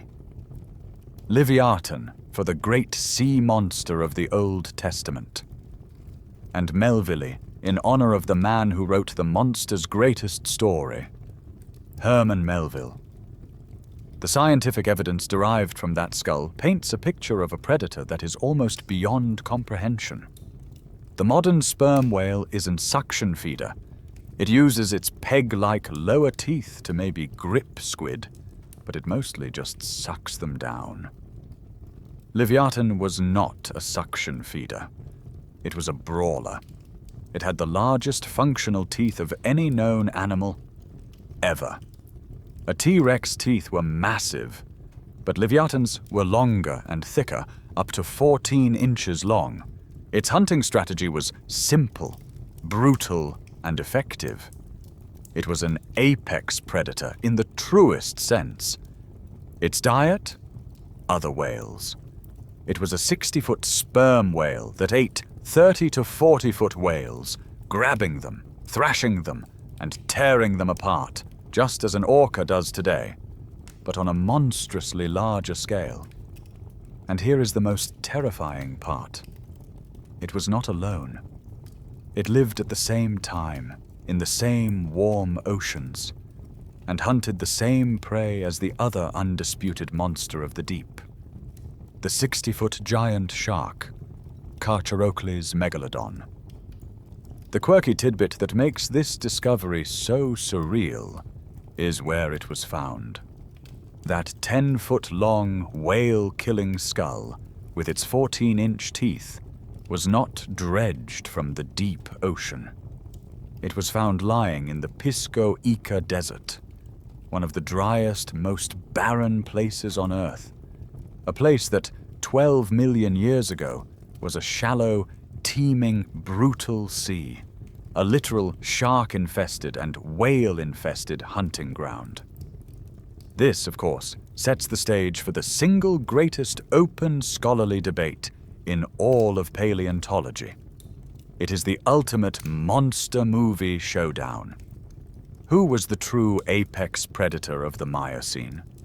Was it the 60-foot whale killer, Livyatan, armed with the world's biggest teeth and a sperm whale's brain? Or was it the 60-foot whale killer, Megalodon, armed with 7-inch serrated blades and a shark's relentless efficiency? Paleontologists debate it with the same passion as kids arguing over a comic book. Would they have actively hunted each other?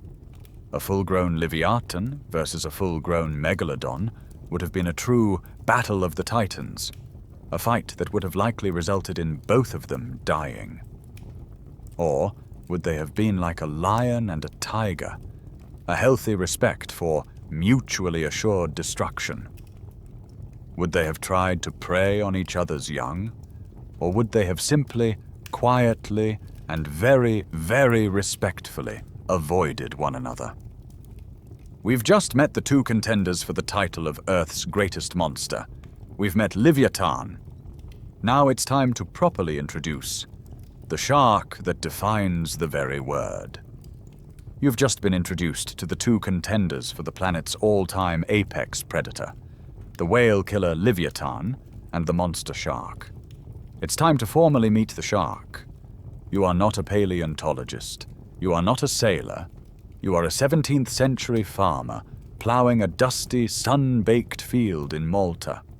Your plowshare turns over a rock, and next to it you find it.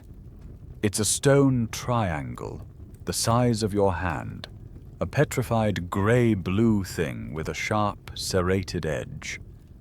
You've found these before. You know exactly what it is. It's a glossopetra, a tungstone. This is the mainstream historical fact of the creature's discovery. For centuries, perhaps millennia, fossilized megalodon teeth were found all over the world, washed up on beaches or turned over in fields. But to the pre-scientific mind, they were not teeth. How could they be? They were rocks. They were magic. They were believed to be the petrified tongues of dragons, or of the giant serpents that St. Paul was said to have banished when he was shipwrecked on Malta. They were imbued with powerful magic. They were worn as pendants, dipped into the wine of nobles and kings to ward off poison, and ground into powder to cure snake bites. They were not fossils. They were talismans. This all changed in 1667. A gigantic great white shark was caught by a fisherman off the coast of Livorno, Italy. The head was sent to Florence, to the court of the Grand Duke. And a brilliant Danish naturalist named Nicholas Steno was tasked with dissecting it. Steno, a man of incredible genius, looked at the shark's 2-inch serrated triangular teeth. And then he looked at the 6-inch serrated triangular tungstones. This was the aha moment. This was one of the foundational, revolutionary moments in all of science. Steno made the direct, and at the time, heretical connection. The tungstones were not magic. They were shark teeth. And if they were shark teeth, then the creature they came from must have been a shark of a size that defied God and nature. Steno had just invented the field of paleontology. He had proven that the world was once inhabited by monsters. The scientific evidence for this monster is, to this day, based almost entirely on these teeth, along with a few precious fossilized vertebrae. A shark's entire skeleton, as you know, is made of cartilage, which does not fossilize. It rots away just like the basking sharks. All we have are the teeth. But oh, what teeth they are! A 7-inch serrated triangle, a tooth the size of a man's hand. From these teeth, by comparing them to their only living relative, the great white, we can extrapolate. And the numbers are just numbing. The jaw, when reconstructed, is wide enough to swallow 2 adult humans side by side without them even having to duck. The total body length, conservatively, is estimated to be between 50 and 60 feet, 18 meters. A modern great white maxes out at 20 feet. This creature was 3 times longer and, more importantly, 20 times more massive. And then there's the quirky tidbit that truly puts its power into perspective. The bite force. Scientists using complex computer models have estimated the bite force of Carcharochles megalodon to be somewhere between 110,000 and 180,000 newtons. What does that mean? A lion's bite force is about 4,000 newtons.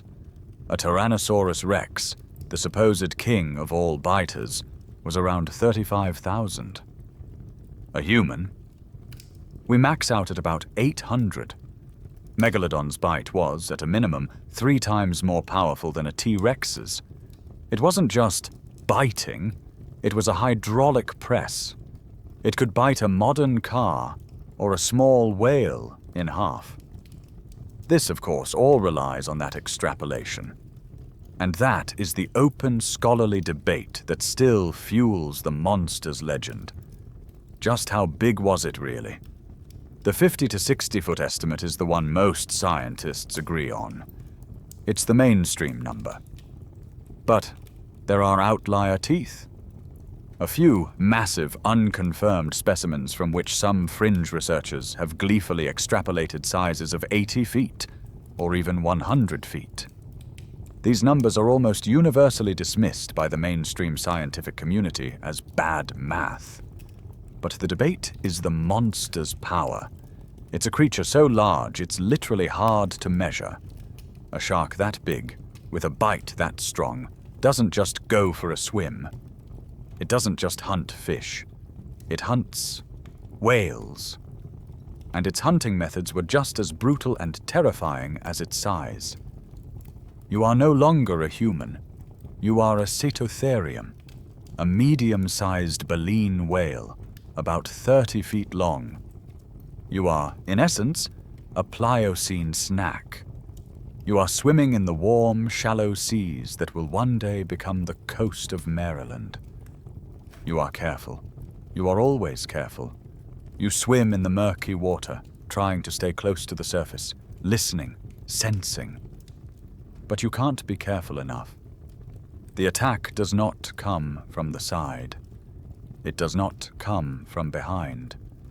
It comes from below.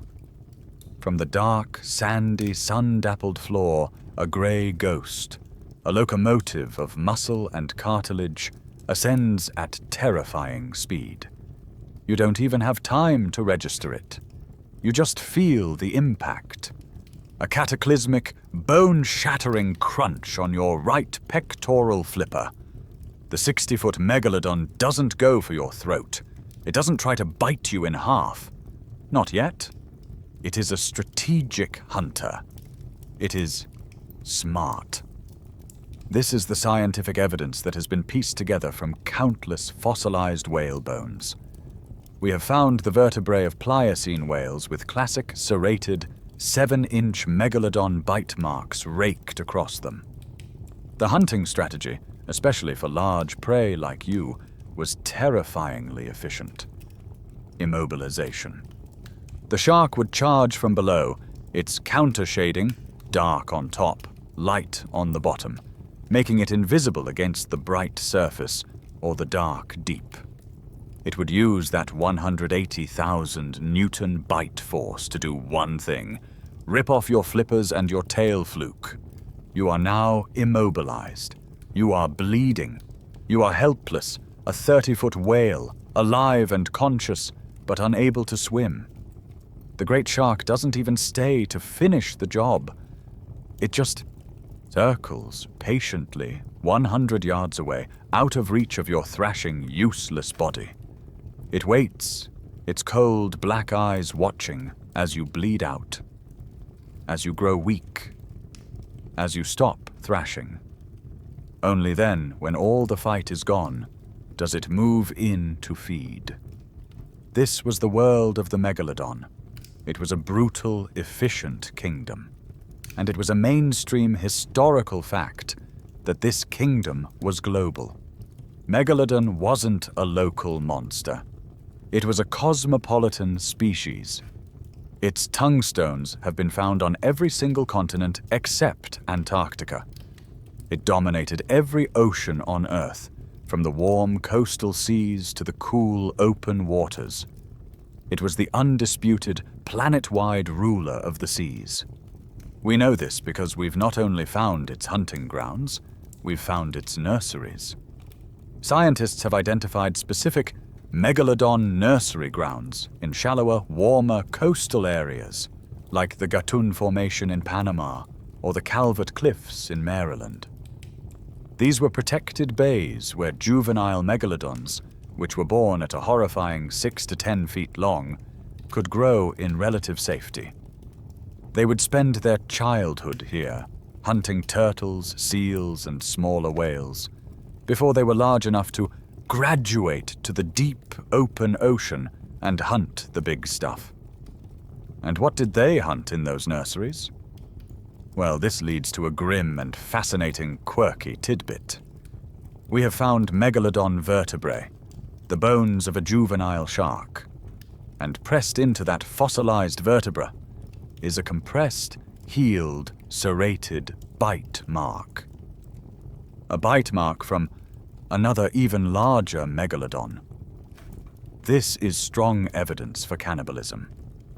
The relative safety of the nursery wasn't just about protection from other species. It was about surviving your own, much bigger, much hungrier, older siblings. This ability to hunt in both warm, shallow nurseries and the vast, cool, open ocean raises a critical question, one that is the center of a major, open, scholarly debate. Was Megalodon warm-blooded? A cold-blooded shark, like a nurse shark, is sluggish, its body temperature matching the water. But a warm-blooded shark, more accurately, regionally endothermic, like the modern great white, can keep its core body temperature, its muscles and its brain, warmer than the surrounding water. This allows it to be a fast, explosive, powerful hunter, even in cooler seas. The evidence for Megalodon points this way. It was a high-energy, global predator. It almost had to be warm-blooded, at least partially. It was the ultimate shark. A 60-foot, car-biting, globally dominant, warm-blooded, cannibalistic, whale-killing monster. It ruled the oceans, unchallenged, for 20 million years. So, where did it go? You are Megalodon. You are the 60-foot, warm-blooded, 180,000 Newton bite force, king of the world. You are a god of cartilage and teeth. You have ruled this planet's oceans for 20 million years, an unbroken dynasty that makes the reign of T-Rex look like a long weekend. You are, by every conceivable measure, a perfect predator. But the world is changing. You are swimming, and the water is cold. Not just cool, but cold. The comfortable, warm, shallow seas you've known for millions of years are shrinking. At the top and bottom of the world, great white sheets of ice are growing, locking up the world's water. The sea level is dropping. You are hungry. Your main food source, the blubbery, medium-sized whales like Cetatherium, are disappearing. They are not just dying, they are moving. They are evolving. They are adapting to this new, cold world. They are developing thicker coats of blubber, and they are migrating, swimming into the new, frigid polar waters, where the cold, upwelling currents are creating a brand new, delicious buffet of krill. They are going where the food is. But you are a warm-blooded shark, yes. You can handle the cool water, but you cannot handle the Arctic. Your warm-blooded engine is powerful, but it's not that efficient. The icy water leeches your strength. Your 60-foot body, a masterpiece of power, is now just too big. It requires too much fuel. You can't follow your prey into the ice. You are a king, trapped in a shrinking, starving kingdom. This is the end. This is how the monster dies. The mainstream historical fact is that Carcharochles megalodon went extinct around 3.6 million years ago. This date is not an accident. It coincides perfectly with a massive period of global cooling, the onset of the Pliocene-Pleistocene ice ages. It also coincides with a monumental geologic event, the slow, grinding closure of the Isthmus of Panama. This is the first great scientific evidence for its extinction, the climate change and starvation model. Before the isthmus closed, the warm waters of the Atlantic and Pacific flowed freely, keeping the entire planet in a kind of warm, stable, hot tub state. When that land bridge rose, it completely rerouted the ocean currents of the world. It created the Gulf Stream. It plunged the northern hemisphere into a cycle of ice and cold. For the megalodon, this was a catastrophe. Its warm water hunting grounds vanished, replaced by cold, barren seas. Its prey, the whales, adapted and moved to the poles. The 60-foot king, the apex predator of 20 million years, was left behind to circle its empty, cooling kingdom and starve. But there is another theory, a second piece of scientific evidence, because as the megalodon was dying, a new, smaller, more versatile predator was on the rise. A 15 to 20-foot shark, perfectly adapted to this new, cooler world. A creature that was also warm-blooded, but more efficient. A creature that was, perhaps, smarter. The great white shark, Carcharodon carcharias. This leads to the great open scholarly debate, the one paleontologists are arguing right now. What was the final kill shot? Was it the climate that starved the megalodon? Or was it this new scrappy competitor, the great white? For years, the debate was stalled. An adult megalodon, 60 feet, and an adult great white, 20 feet, are not in competition. The great white would be a snack. But a new, more compelling theory has emerged, and it's a brutal one. The competition wasn't at the adult level. It was in the nurseries. Remember those warm, shallow, coastal nurseries where the 10-foot-long juvenile megalodons grew up? Well, who else would have loved a warm, shallow coastal bay, filled with seals, sea lions, and small whales? The adult great white. The new theory is that the great whites simply invaded the megalodon's cradle. A 20-foot adult great white and a 15-foot juvenile megalodon are absolutely in direct, vicious competition for the same prey. And the great white, a faster, more agile, and arguably more intelligent hunter, simply outcompeted them. The great whites were, in effect, eating the megalodon's babies, or at least starving them out. The megalodon dynasty didn't just fade away. Its next generation was murdered in the cradle. Of course, this all assumes the megalodon is extinct. This is the famous quirky tidbit, the megalodon lives theory. This is the single most persistent monster myth in modern media. Proponents will point to blurry, out-of-focus videos of large sharks. They will point to fresh teeth found by the HMS Challenger expedition in the 1870s that were claimed to be only 10,000 years old, a claim that has been, by modern dating techniques, thoroughly and completely disproven. Here is the cold, scientific reality. A 60-foot, warm-blooded shark cannot hide. It cannot live in the Mariana Trench. It's too cold. There's no food. It is not a living fossil, like the coelacanth, which is a small, slow-moving, cold-blooded fish that can hide in caves. Megalodon is an engine. It would need to eat tons of food every single day. It would be at the surface, hunting whales. And in a world where every whale is tracked by satellite and every tourist has an 8K camera in their pocket, we would see it. We would see the 10-foot-wide half-moon bite marks on blue whales. We have not one. The king is, without a doubt, dead. The megalodon was the ultimate shark, a flesh-and-blood monster king, dethroned by a changing planet and a smaller, scrappier rival. But as its dynasty was ending, our human terror of the deep was just beginning.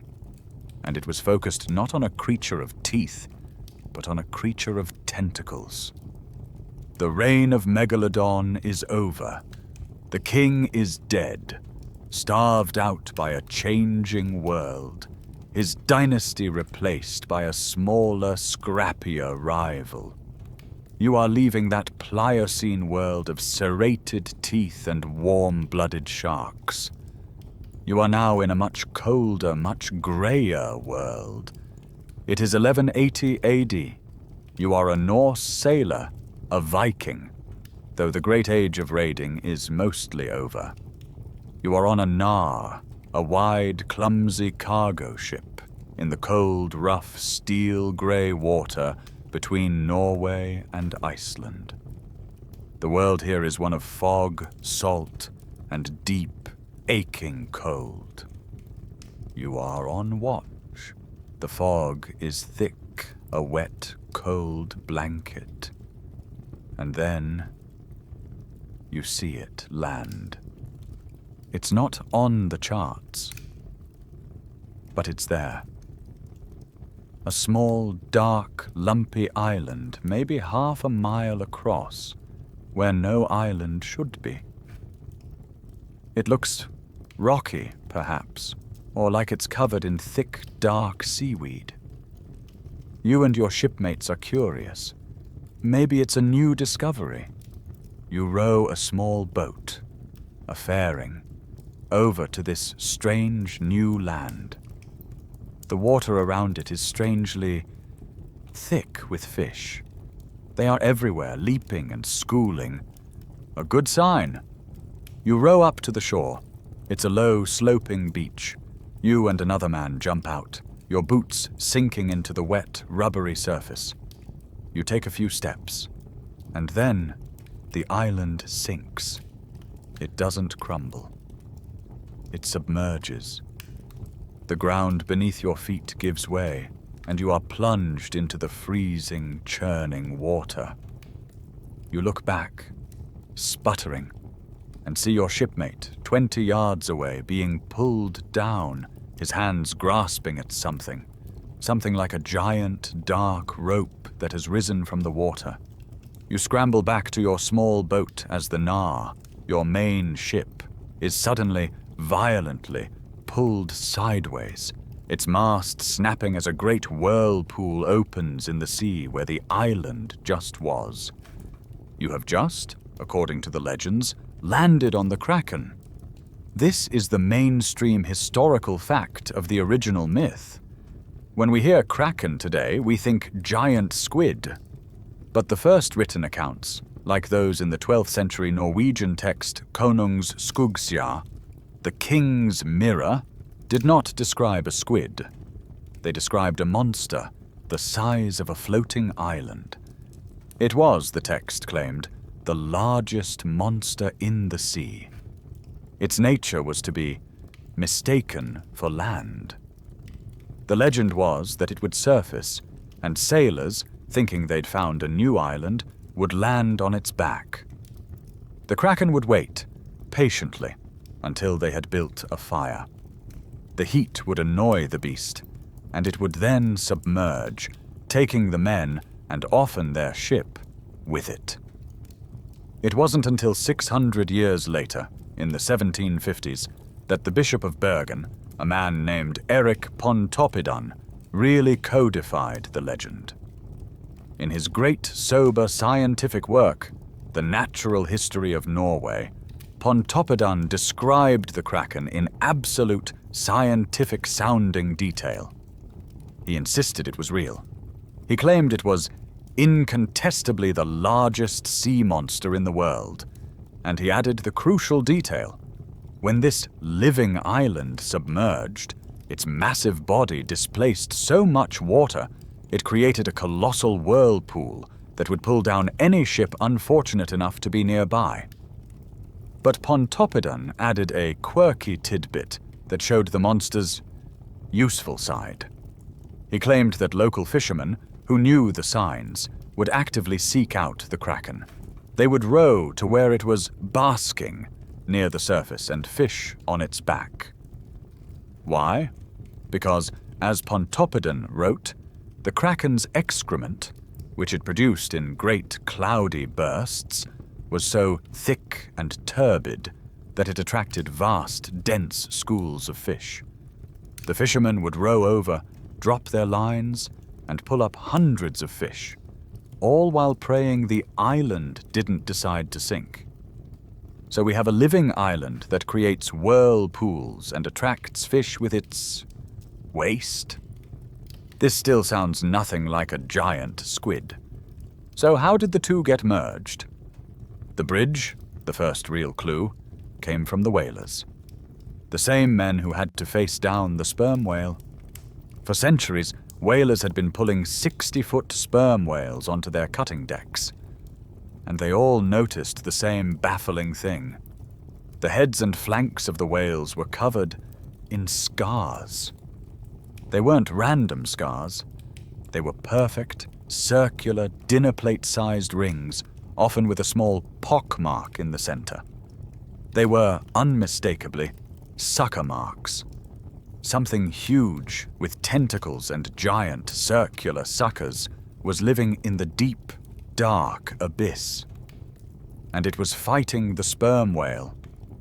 This is where the open scholarly debate begins. Did the original Kraken myth, the one about the floating island, have nothing to do with squid? Was it perhaps a distorted folk memory of something else entirely? Some historians argue the island was a garbled explanation for new volcanic islands rising from the sea, which happens frequently near Iceland. Or perhaps it was a story about massive, bubbling fields of methane gas rising from the seafloor, which can create whirlpools and sink ships. The debate is whether these geologic myths got merged with the later tales from whalers, who were seeing real evidence of a giant squid. The island-sized description from the 12th century was probably a volcano. The tentacles and whirlpool from the 18th century were probably a squid. Over time, we just stitched them together. We created one, unified, island-sized, tentacled monster. This chimera, this stitched-together legend of an island squid, seemed like pure fantasy, a sailor's yarn. Until in 1853, something real washed up on a beach in Denmark. The Kraken was a myth, a stitched-together ghost story of volcanic islands, methane bubbles, and the dinner plate scars found on the skin of dead whales.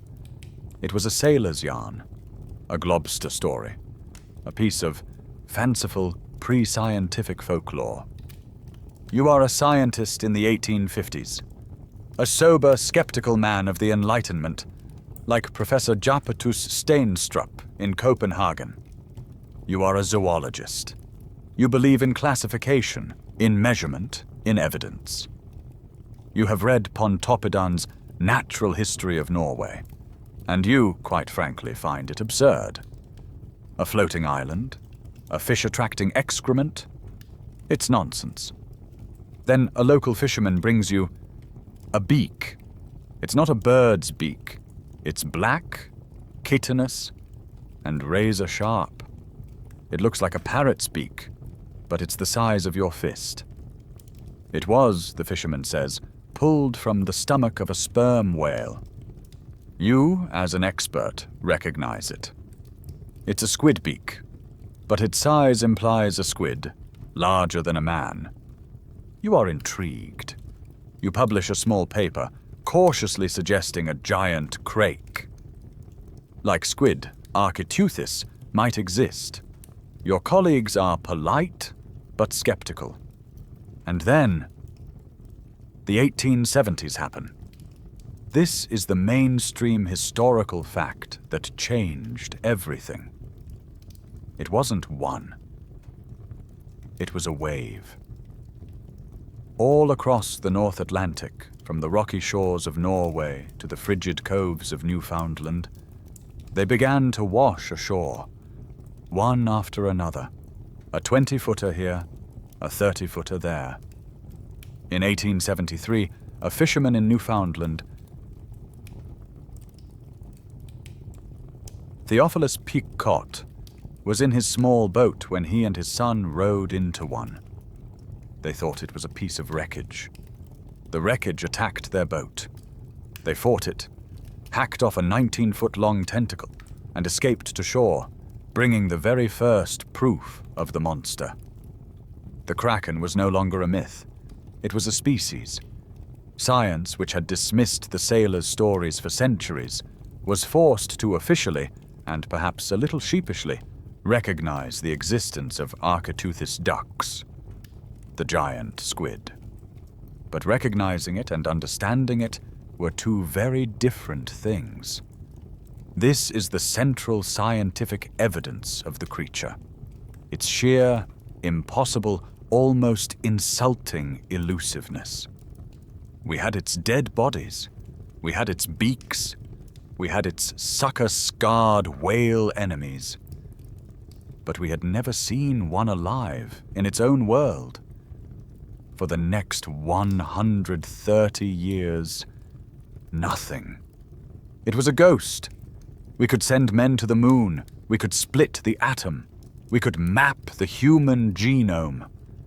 But we could not find or film the largest invertebrate on our own planet.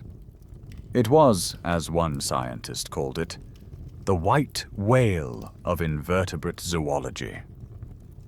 It wasn't until 2004 that the spell was finally broken. Japanese scientists, led by Tsunemi Kubodera, using a baited deep-sea camera off the Ogasawara Islands, finally got the first ever photographs. A series of 500 still images showing a 26-foot giant squid aggressively attacking their bait line, its tentacles wrapped in a furious tangle. And the first video? That didn't happen until 2012. Think about that. 2012. We had iPhones, we had Twitter, and we were only just seeing the first moving footage of the kraken. An American team, led by Dr. Edith Widder, used a revolutionary low-light camera system with a bioluminescent lure. And they filmed it.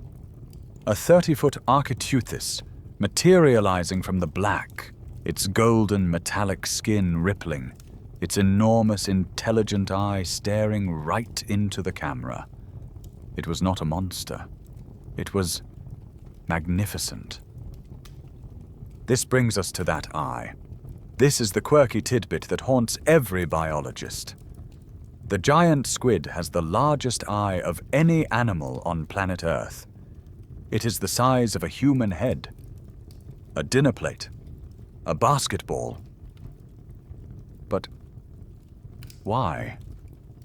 Why would you need a basketball-sized eye in a world of total darkness a mile down where no sunlight has ever reached?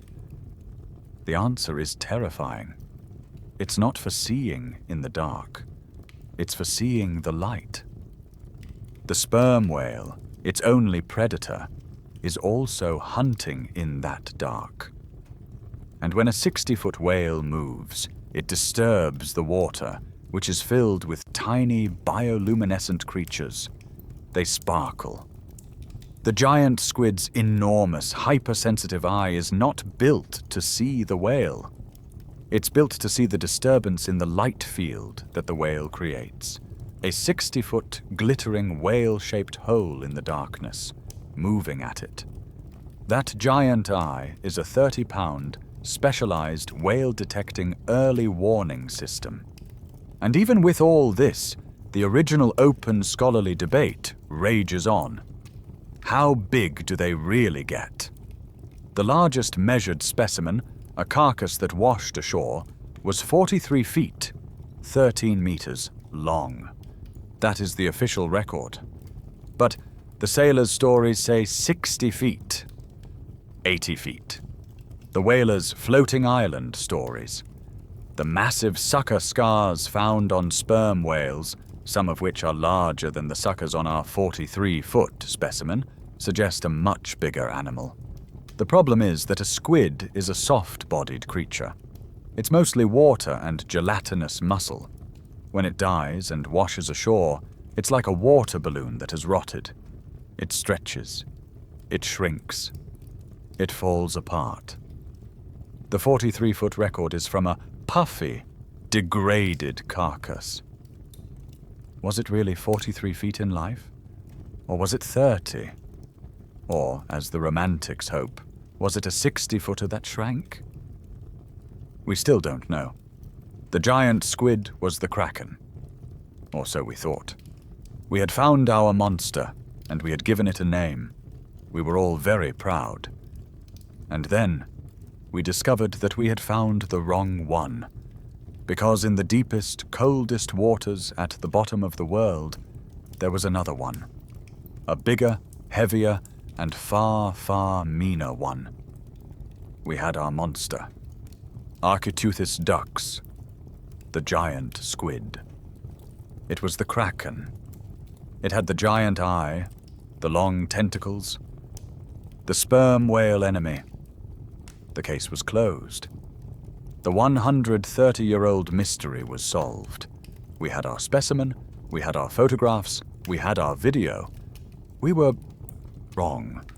You are no longer a 19th century naturalist or a 21st century scientist with a high-tech lure. You are a fisherman, but you are not in the temperate, relatively calm North Atlantic. You are in hell. You are in the Ross Sea off the coast of Antarctica in 2007. This is the Southern Ocean, the single most brutal, violent, and dangerous patch of water on the planet. The waves are 50 feet. The wind is a constant, screaming shriek, and the water is a slurry of ice. You are on a New Zealand fishing vessel, the San Aspiring, pulling up a toothfish longline from a mile down. The hydraulic winch is groaning under an incredible strain. Not just a fish. Something big. You and your crewmates gather at the rail, the freezing spray hitting your faces, and you watch as something emerges from the black, churning water. It is a squid, but it is not the long, slender, almost graceful shape of an Architeuthis. This is a nightmare. This is a monster. It is a 1,000-pound, 450-kilogram, 30-foot-long tank. It is a bulbous, swollen, reddish-pink behemoth, a tangled, writhing mass of arms and tentacles. And it is eating your multi-thousand-dollar fish catch as it's being hauled up. It is the single largest, heaviest, and most terrifying invertebrate any of you have ever seen. You have just accidentally captured a colossal squid. This is the mainstream historical fact that rewrote the book on the Kraken again. This is Mesonicoteuthis hamiltoni. It is not as long as the giant squid. Its tentacles are shorter. But it is, by a massive margin, far, far heavier. It is the largest invertebrate on Earth by mass. The specimen you just caught weighed 1,089 pounds. It is the heavyweight champion of the deep. It has the largest beak of any squid on Earth, a black, chitinous weapon of incredible power. But it's the arms that truly separate it. This is the horrifying scientific evidence. You look at the arms of a giant squid, Architeuthis. They are covered in those simple, dinner plate-sized, circular suckers. They are built for grasping. Now you look at the arms of this thing, this Mesonicoteuthis thrashing on your deck. The arms are different. They are covered in suckers, and every single sucker is armed with a bone-sharp, swiveling three-pointed hook. Let me say that again. It has hundreds of razor-sharp, rotating, bone-hard hooks embedded in its arms. This is not a grabber. This is not a squeezer. This is a shredder. This is a creature designed to latch onto a 60-foot, 40-ton sperm whale, dig in with hundreds of rotating meat hooks, and hold on, dragging itself forward to bring that giant, fist-sized beak into play. The scars on sperm whales? The ones we thought were simple sucker marks? We were looking at the wrong squid. Many of those scars, The deep parallel gashes were from these. That 2007 specimen, nicknamed Ice D by the crew, was a global media event. It was captured, mostly alive, but died as they hauled it aboard. It was frozen in the ship's hold, transported to the Te Papa Museum in New Zealand, and dissected in a live global broadcast. Its eye was even bigger than the giant squids, a staggering 11 inches across. And the scientists, upon dissecting it, realized it was a female, and it was not even fully grown. It could get bigger. This leads to the quirky tidbit. We know almost nothing about them. Architeuthis is a ghost. Mesonicoteuthis is a phantom from a frozen nightmare. We know they exist almost only because of two things: the handful of specimens, like Ice D, that have been accidentally caught on deep-sea toothfish lines, and the countless beaks found in the stomachs of Antarctic sperm whales. They are the primary food source for the largest predator in the Southern Ocean. This, at last, brings us to the final open scholarly debate. Which one is the true kraken? The Architeuthis of the North Atlantic, the long one that matches the region of the Norwegian myths, or this new thing from the Antarctic, the Mesonicoteuthis? If the kraken is a ship attacker, the evidence points south. The floating island sounds like a slow, basking Architeuthis, but the tales of a monster that attacks ships, that pulls them under, that fights whales, that sounds a lot more like a 1,000-pound, hook-covered, hyper-aggressive brawler from the Antarctic. But how could Norwegian sailors in 1180 know about a creature that only lives at the South Pole? The answer is they couldn't. The truth is probably that the kraken is a messy, beautiful, contradictory myth, a composite sketch of both of them, and of volcanoes, and of whales, and of our own primal fear. The discovery of these two real-life competing krakens, both far stranger than the myth, proved one thing: the deep sea does make giants. And it raised a simple, profound scientific question. Why? You are shrinking. You are leaving the world of air and light, the world of the kraken and the whale. You are in a deep-sea submersible, a tiny titanium sphere, and you are descending. The pressure gauge on the wall is spinning. You pass 200 meters, 660 feet. This is the sunlight zone. Outside your tiny porthole, the world is a familiar bright blue. This is where 90% of all known marine life lives. You pass 300 meters. The blue is fading to a deep, dark twilight. You are entering the twilight zone, or the mesopelagic. The pressure here is already over 440 psi, enough to crush a car tire instantly. You pass 1,000 meters, 3,300 feet. You are now in the midnight zone, the bathypelagic. The last, faintest photon of sunlight is gone. It is, to your human eye, a perfect, absolute, eternal black.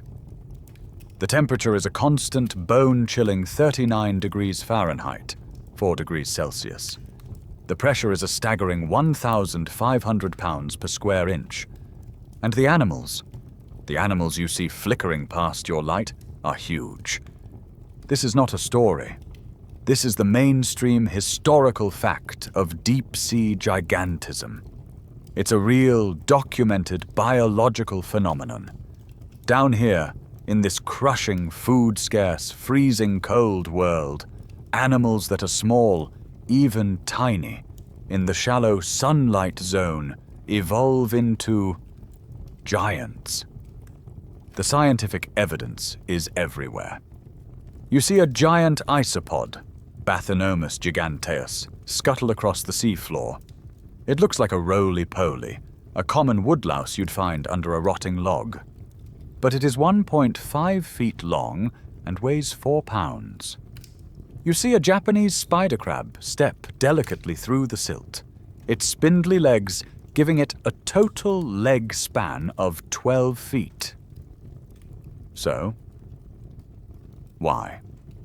Why does this hostile, crushing, empty world produce monsters? Scientists have been arguing about this for a century. There are 2 main theories.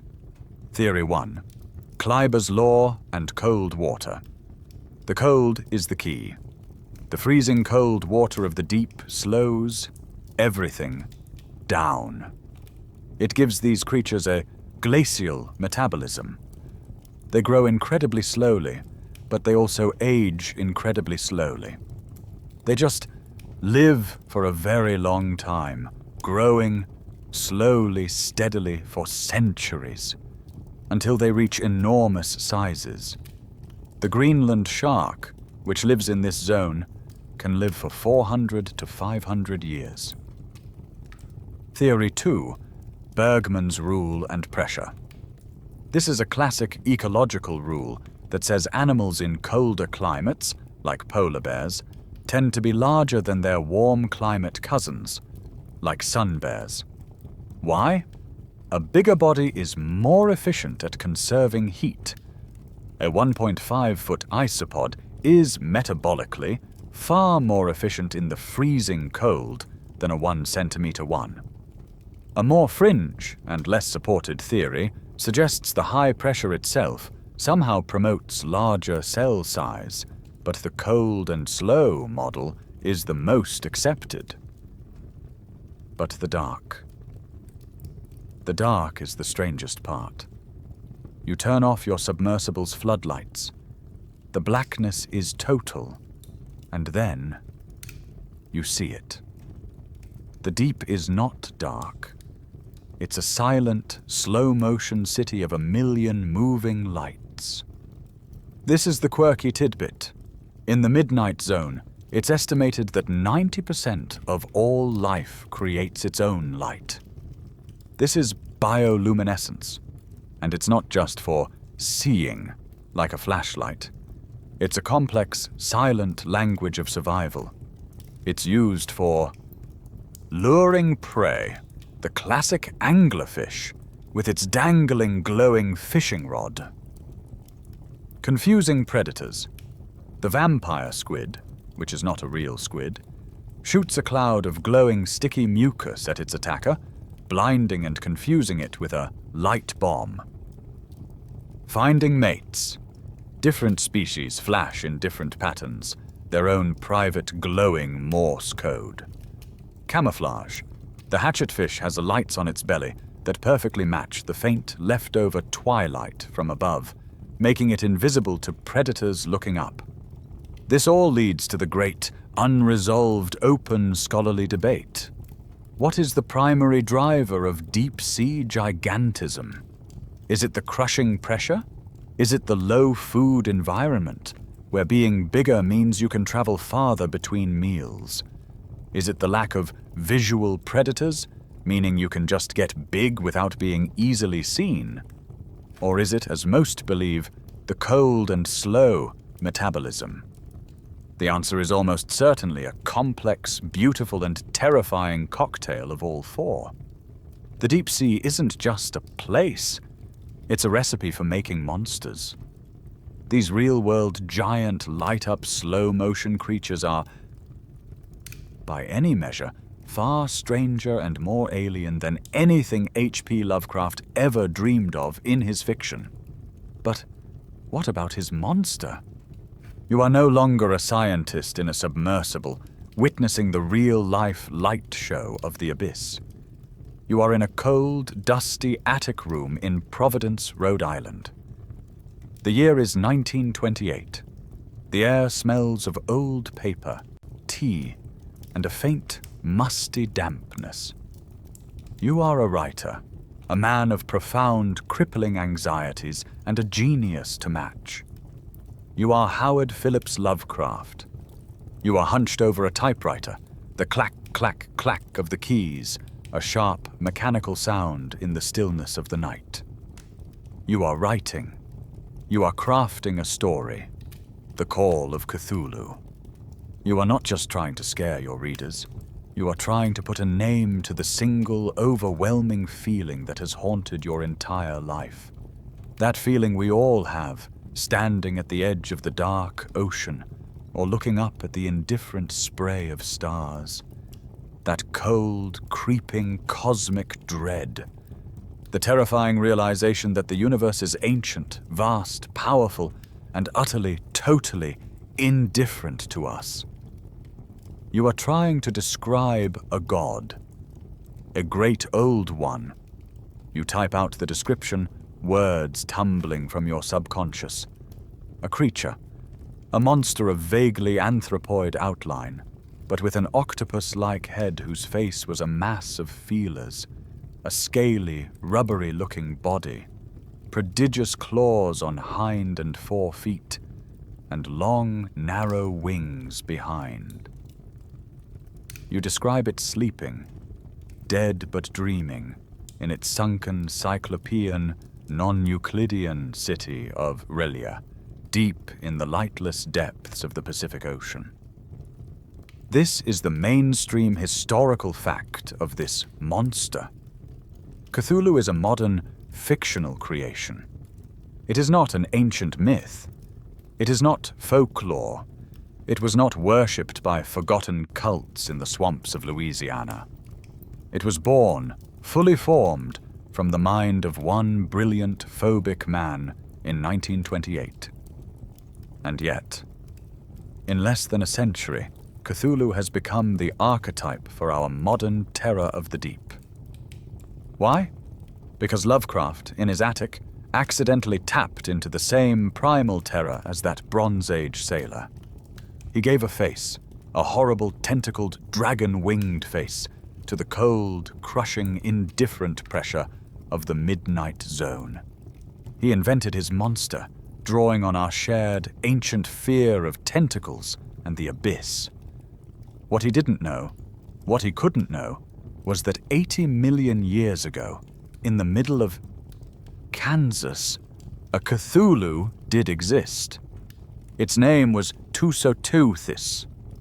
You are now in the late Cretaceous, 80 million years ago. You are not in the deep Pacific. You are in the western interior seaway. This was a vast, shallow, warm, tropical sea that split the entire continent of North America in two, a 1,000-mile-wide body of water stretching from the Gulf of Mexico all the way to the Arctic Ocean. It was, essentially, the most dangerous swimming pool in history, filled with giant 15-foot demon fish like Xiphactinus, 50-foot mosasaurs, and Tusoteuthis. This is the scientific evidence. Tusoteuthis longa was a colossal, 40-foot-long, 12 meters cephalopod. It was not quite a giant squid, as we know it. It was in a different, now extinct family. But it was a tentacled predator on a Cthulhu-like scale. We know it existed because, unlike the soft-bodied modern squid, it had a large, rigid, internal shell, or pen, called a gladius. This hard, cartilaginous, cigar-shaped structure is what fossilized, leaving us a clear record of a 40-foot, tentacled monster that prowled the ancient sunken heartland of America. We know it was a predator, and we know it was prey. But the quirky tidbit is that we have a fossil that shows both at the same time. It is one of the most breathtaking fossils ever found, a snapshot of pure Cretaceous drama. It is the fossil of a large, 16-foot-long, fanged predatory fish called Simolichthys. And this fish died while trying to swallow a Tusoteuthis. The fossil is a perfect frozen moment of a double death. The Simolichthys is seen, its jaws unhinged in a final, terrible gape. And stuck in its throat, spilling out of its mouth, are the tangled, struggling arms and body of the Tusoteuthis it was trying to swallow head first. The fish's eyes are wide, its body arched. It's a perfect, brutal story. The squid killed by the fish choking to death on the squid. Tusoteuthis is real. But what was it? This is the open scholarly debate that still puzzles paleontologists. Its fossils are incomplete, mostly just that gladius. We don't have its hooks, or its suckers. We don't really know what its arms looked like. Paleontologists still argue about its lineage. Was it a true, direct ancestor of our modern giant squid, Architeuthis? Or, as its V-shaped gladius seems to suggest, was it more closely related to the vampire squid, that strange web-armed deep-sea creature that shoots glowing mucus? We just don't have enough pieces to solve the puzzle of this Cretaceous Cthulhu. Lovecraft's monster was an idea. Tusoteuthis was a real animal, and we have the fossils to prove it. We even have the fossil of it being eaten. Tusoteuthis fossils are one thing. But what about the fossil of a kill? A kill made by a far larger and perhaps far more intelligent tentacled monster. You are in a high, cold, sun-scorched desert. You are in central Nevada, 1,000 miles from the nearest ocean. The air is thin, dry, and smells of sagebrush and dust. There is no water. There is no life, save for a few lizards and the ghostly shape of a hawk circling in the white-hot sky. And you are standing, looking at the fossilized bones of a 9-ship fleet of sea monsters. This is not a metaphor. You are at Berlin Ichthyosaur State Park, and here, embedded in the dry, rust-red rock of the Shoshone Mountains, are the skeletons of nine colossal marine reptiles. They are Shonisaurus, a 45-foot-long, whale-sized, dolphin-shaped reptile, the apex predator of the Triassic seas, 225 million years ago. And they all died together. This is the mainstream historical fact of this baffling, haunting place. It is a mass grave. For decades, this was the central mystery of the park. What happened here? What could possibly kill 9 45-foot apex predators at the same time, in the same place?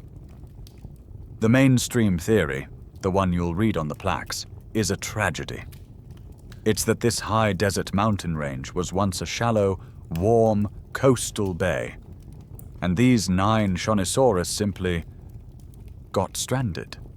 Maybe they chased a school of fish in during a high tide, and the tide went out, leaving them beached, panicked, and helpless, to be slowly crushed under their own immense weight. A sad but natural event. Or perhaps a sudden toxic red tide.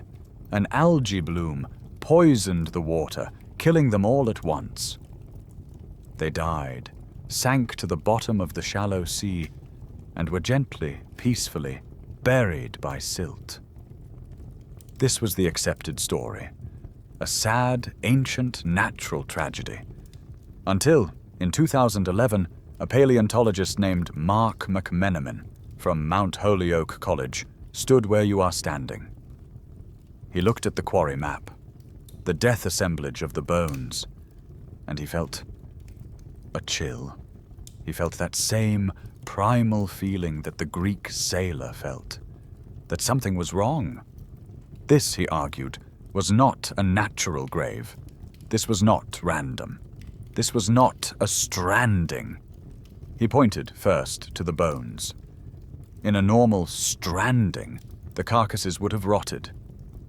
They would have been torn apart by scavengers, prehistoric sharks, other marine reptiles. The bones would be a chaotic, scattered, jumbled mess. But these were not scattered. They were, in his words, non-random. Some of them were almost arranged. He looked closer. He pointed to the vertebrae, the large, disc-shaped hockey pucks of the spinal columns. They weren't in a neat, articulated line, as you'd expect from a single, rotting carcass. Instead, some of them were laid out in strange, nested patterns. Specifically, he saw several double lines of vertebrae laid out on the ancient seabed. This, McMenamin proposed, was not a grave. This was a kitchen. This was a den. This was the Kraken's lair. This is his fringe, controversial, and absolutely thrilling theory. He argued that the Shonisaurus didn't just die here. They were brought here. He proposed that the predator responsible was a massive, unknown, Triassic-era kraken. A colossal, soft-bodied, tentacled cephalopod, perhaps 100 feet long. A creature so powerful it could hunt and kill 45-foot-long, multi-ton reptilian super-predators. Like a modern octopus, which famously creates a den and piles up the shells and carapaces of its prey outside a midden, this Triassic kraken, McMenamin argued, was intelligent. It was a serial killer. It was hunting these giant reptiles, killing them, and dragging their 45-foot-long carcasses back to its deep-water den to feed. And then, after it fed, it played with the bones. It arranged the vertebrae, the hockey pucks, into pleasing patterns. This is where the quirky tidbit of the theory comes in, the part that made the entire scientific community either gasp or laugh out loud. McMenamin, perhaps with a twinkle in his eye, suggested that the double line patterns the Kraken was making with the bones were a self-portrait. It was, he argued, using the bones of its enemies to draw a picture of its own tentacles. This is not normal science. This is a ghost story told by a scientist. The scientific evidence, the rebuttal, came fast and, frankly, universally. The pushback from the entire paleontological community was massive. Scientists, geologists, and taphonomists, people who study how things rot and fossilize, pointed out very calmly that non-random patterns are, in fact, extremely common in nature.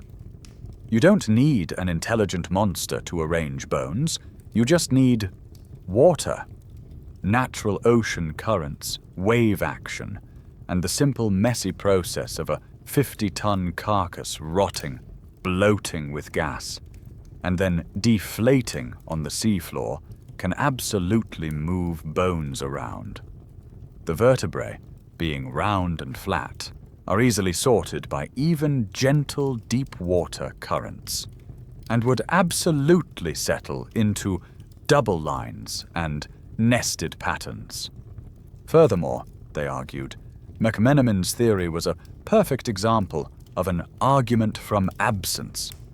He had zero direct evidence for a kraken.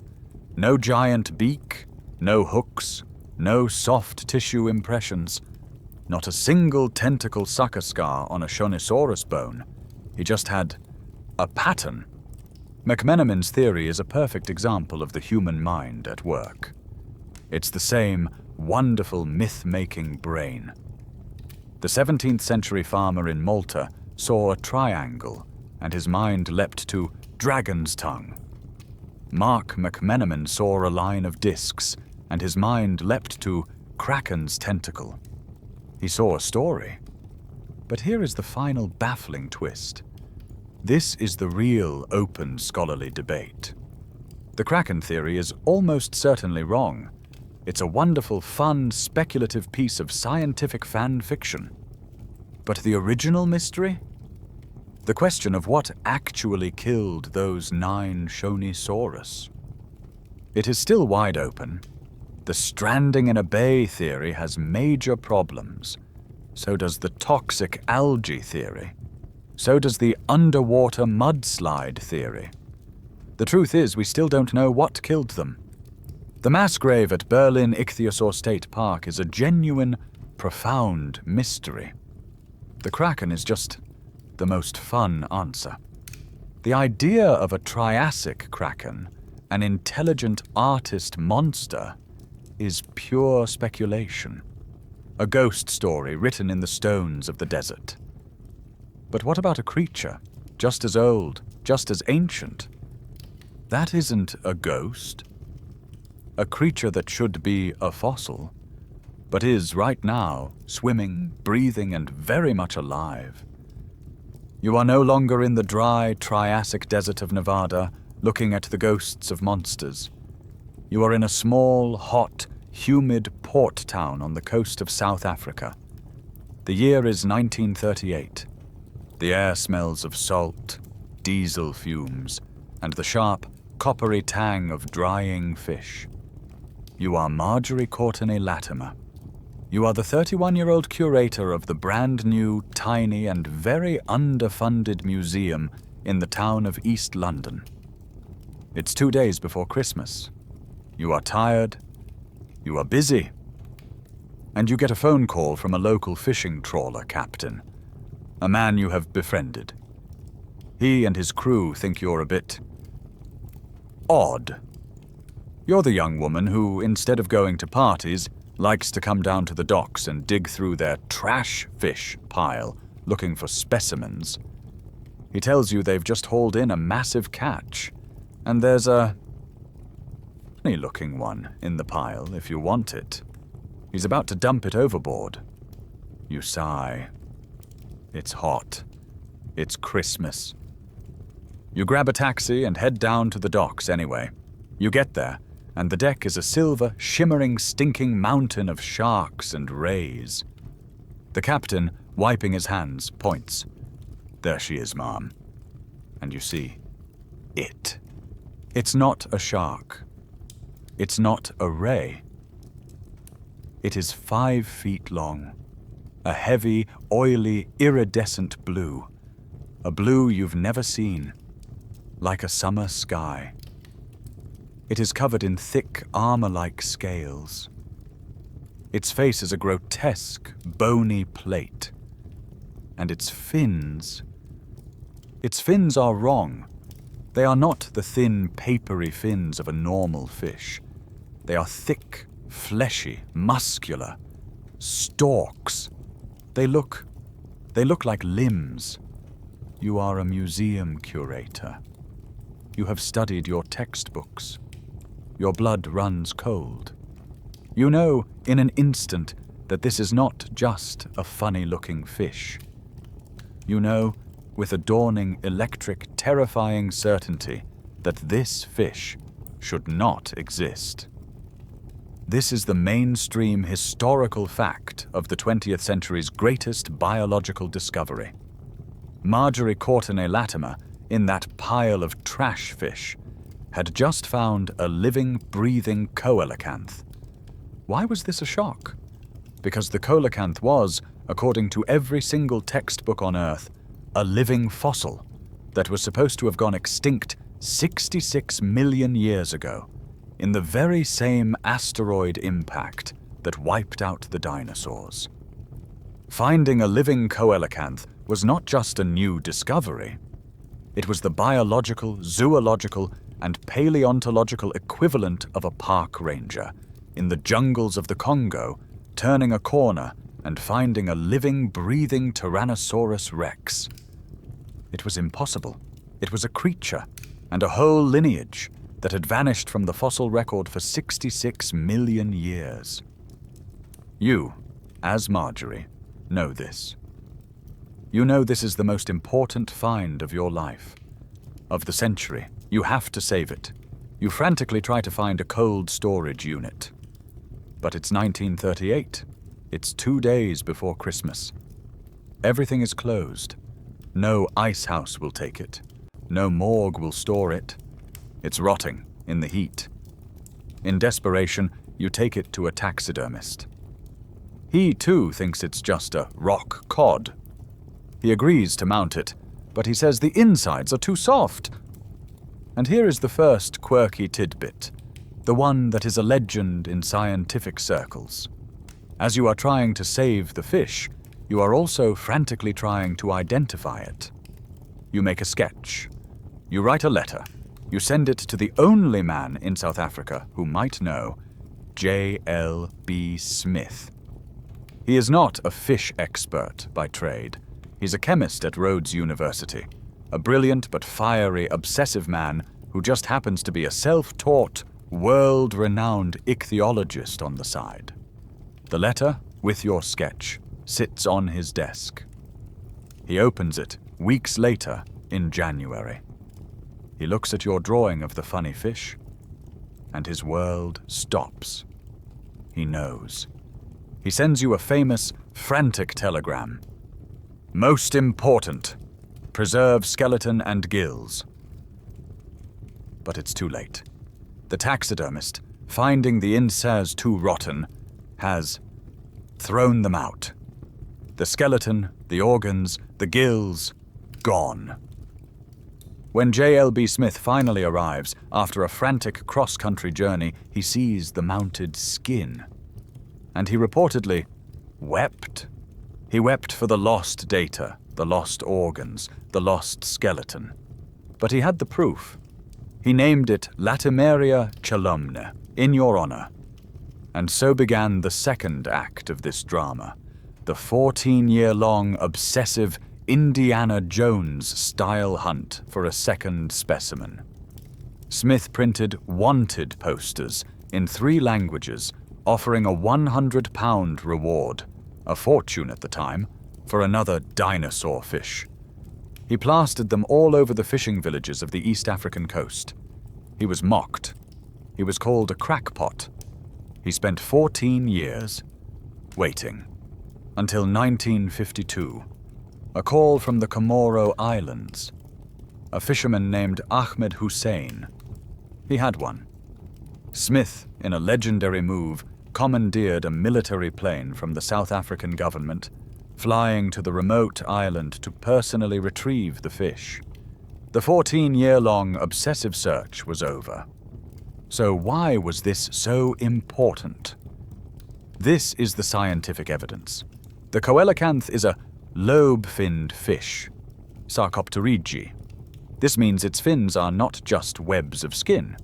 They are, as you saw, fleshy, muscular stalks, supported by a bone structure that is the direct evolutionary ancestor of the limb bones in every amphibian, every reptile, every dinosaur, every bird, every mammal, and us. That fish, that living fossil, is our great-great-great-great-uncle. It is a perfect, living, swimming snapshot of the exact moment in evolutionary history, 400 million years ago, when life was first prototyping, the legs it would need to crawl out of the water and conquer the land. This, of course, leaves the great open scholarly debate. How? How did it survive for 66 million years, completely undetected? How did it vanish from the fossil record? The answer we now know is that we were looking in the wrong place.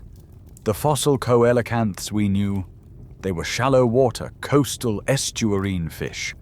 But the planet changed. The shallow seas dried up. Their world ended. But a few of them adapted. They did the opposite of crawling on land. They went down. They evolved to live in a brand new, stable, predator-free environment. The steep, black, volcanic caves and canyons, 100 to 500 meters, up to 1,600 feet, deep off the coasts of Africa and, as we later discovered, Indonesia. It didn't survive unchanged. It evolved into a deep-sea specialist. It hid for 66 million years in a habitat that we, with our sun-lit nets, had never, ever explored. The discovery was a profound, world-altering shock. It was proof that our extinction record was incomplete. It was proof that the deep, dark ocean was a hiding place for monsters. But what is life like for this creature out of time? You are no longer Marjorie Courtney Latimer, frantically trying to save a rotting specimen. You are now a deep-sea biologist, one of only a handful of humans on Earth to ever see this creature alive in its home. You are in a tiny, cramped, deep-sea submersible, the Jago, off the coast of the Comoro Islands. It is pitch black outside, save for the cone of your powerful floodlights. You are drifting 600 feet down, along the face of a sheer, black, volcanic cliff. The wall is pockmarked with dark, foreboding caves. Your pilot, Hans Fricker, the man who, in the 1980s, finally found their hiding place, angles the lights toward a deep cavern. And there they are. Your heart stops. They are beautiful. They are that impossible iridescent blue, their armored scales reflecting your light like a carpet of sapphires. But they are not swimming. They are not doing anything. They are just hanging. Several of them, 5 or 6 feet long, are clustered in the cave mouth. But they are hanging vertically, nose down, like bats. They are perfectly, impossibly still. Their fleshy lobe fins are not paddling. They are just drifting, a few inches from the cave floor, motionless. You have just witnessed the mainstream historical fact of their bizarre, alien behavior. This is the secret to their 66 million year survival. This is what we have learned from finally filming them. They are drift hunters. They are masters of energy conservation. Life in the deep sea is a game of calories. You cannot waste any. So they don't. They spend their entire day huddled in these caves in a state of near suspended animation. Then, at night, they wake up. They leave the caves, but they don't hunt. They just drift. They let the slow, deep ocean currents push them like a tumbleweed across the seafloor. They are not pursuit predators. They are ambush predators. In slow motion. They are waiting for something to swim into them. And how do they see in the total dark? They don't use their eyes. They use a unique, jelly-filled rostral organ in their snout. This organ, a relic from their 400 million year old design, can detect the faint bioelectrical fields of their prey. They are, in essence, just a floating, living, prehistoric metal detector, waiting for the spark of a passing fish or squid. The scientific evidence of their ancient design is even stranger. You're looking at a 6-foot fish, but it doesn't have a backbone. Not really. Instead of a hard, bony vertebral column, it has a notochord, a high-pressure, oil-filled, flexible tube. This is the same primitive structure that we have, as embryos before our spine forms. The coelacanth just never got around to upgrading. But its skull is a piece of evolutionary genius. It has an intracranial joint. This means it can unhinge the entire front half of its skull, lifting its upper jaw and snout like the lid of a toolbox. This gives it a sudden, shockingly wide, vacuum cleaner gape, allowing it to suck in any prey that drifts too close. And then there's the quirky tidbit that baffled scientists for decades. We couldn't find any eggs. For 40 years, we assumed they must lay them in these deep caves. We were wrong. In the 1970s, a dissected female was found to be full of pups, living, breathing, fully formed, foot-long baby coelacanths. They are ovoviviparous. They grow from eggs, but the eggs hatch inside the mother, and she gives live birth. And the gestation period? For years we couldn't figure it out. The new, shocking estimate, based on growth rings on the pups? 5 years long. A 5-year pregnancy. This all points to a life lived in ultra-slow motion, and it led to the central open scholarly debate. How long do they live? For decades, based on their size, we thought maybe 20 years. A normal fish. But that 5-year pregnancy, that didn't make sense. In 2021, a new study looked at their scales. Like tree rings, fish scales add a tiny microscopic growth ring each year. But on the coelacanth, these rings were so fine, so close together, we had been missing them. When French scientists finally counted them using polarized light, the answer was staggering. The coelacanth is not a 20-year fish. The 80-year-old specimens they studied were still growing. They are incredibly slow growing. They may not even reach sexual maturity until they are 40 or 50 years old. And their natural lifespan, it may be well over 100 years. The dinosaur fish is not just a relic. It is a slow, patient, 100-year-old, 5-year pregnant, skull unhinging, electricity sensing, blue armored, living, breathing cousin hanging upside down in a cave in a world of total darkness. The coelacanth is our ancient, strange, and wondrous relative. But there are other living fossils out there, other survivors from the deep past, and they are far, far less friendly. You are no longer in a high-tech submersible, gazing at our ancient 100-year-old cousin. You are back on the deck of a deep-sea trawler, a place of grinding winches and cold, wet, industrial efficiency. You are a fisherman, working the deep slope off the coast of Japan. You are hauling up the net. It's a bottom trawl, a net that has been dragging heavily across the sea floor, 4,000 feet down in the midnight zone. The massive net breaks the surface, bulging with silt, spider crabs, and things. The net is opened, and the catch spills onto the sorting deck in a silver, red, and pink pile of alien shapes. You go to work, sorting the valuable fish from the trash, and then you see it. It is, without question, the ugliest, most wrong thing you have ever seen. It's about 10 feet long. It's not gray and muscular like a normal shark. It's flabby. Its skin is a sickly, pale, bubblegum pink, almost translucent. Its eyes are tiny, black, dead-looking beads. Its snout is not a snout. It's a long, flattened, blade-like paddle sticking off its face. And its mouth is a set of weak-looking, needle-toothed jaws set way back under the head. It is, frankly, a pathetic-looking, poorly designed monster. You poke it with your boot. In a final galvanic post-mortem reflex, its jaws shoot out.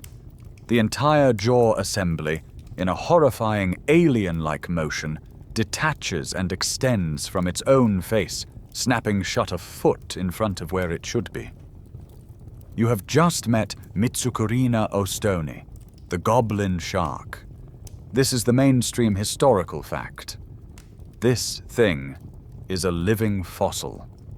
It is the last lone survivor of a shark lineage, Mitsukurinidae, that is 125 million years old. It is a ghost from the age of the dinosaurs, a failed evolutionary experiment that somehow forgot to go extinct. It is, like the coelacanth, a deep-sea specialist. This is the scientific evidence for its bizarre design. That long, flattened, paddle-like snout? It's not for ramming. It is a giant biological metal detector. It is covered, from tip to base, in ampullae of Lorenzini, the same electroreceptors you saw in the coelacanth.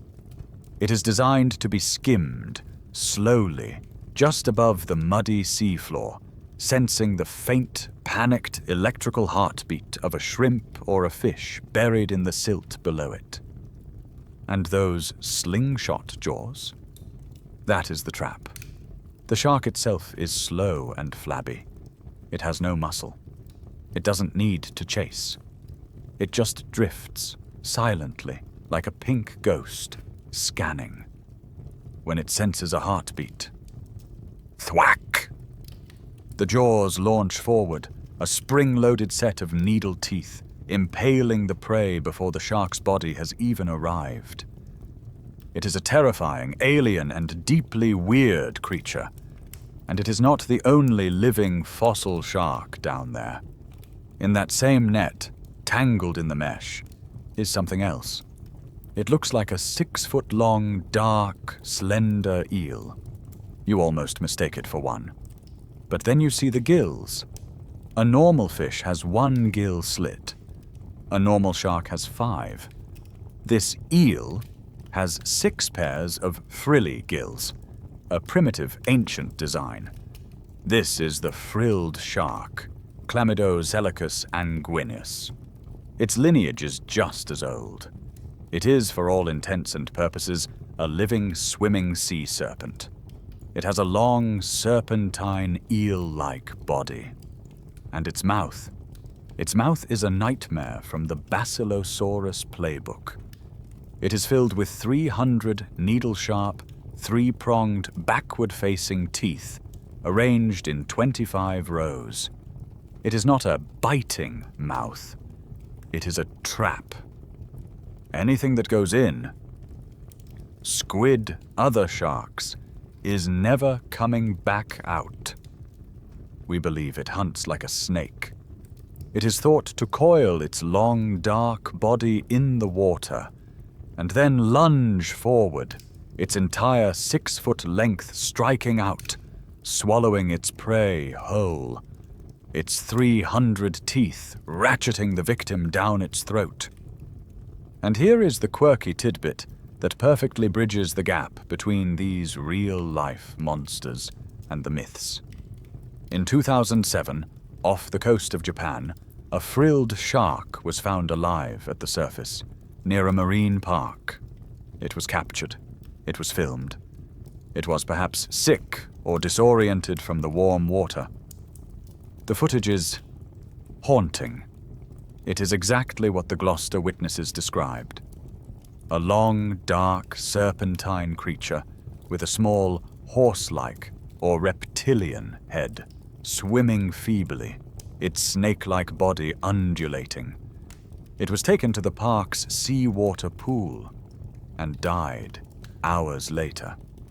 It was a sea serpent, a messenger from the deep, and the sunlight was poison.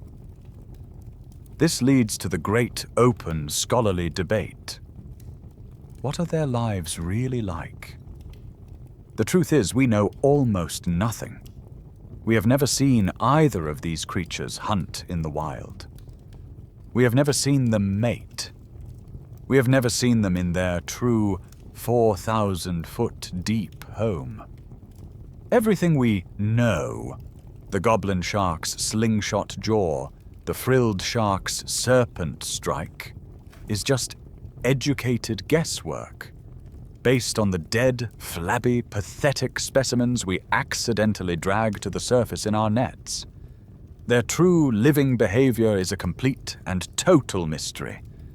These sharks, these 125-million-year-old ghosts, are real. They are living, breathing echoes of a time before the megalodon, before the Leviathan, before even the Basilosaurus.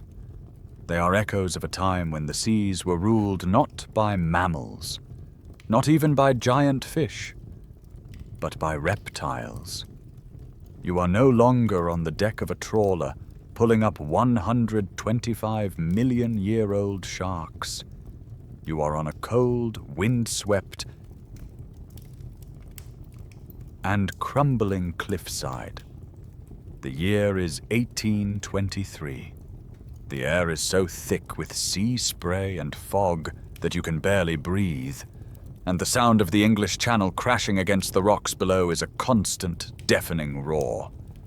You are Mary Anning. You are a 24-year-old woman from a poor, working-class family.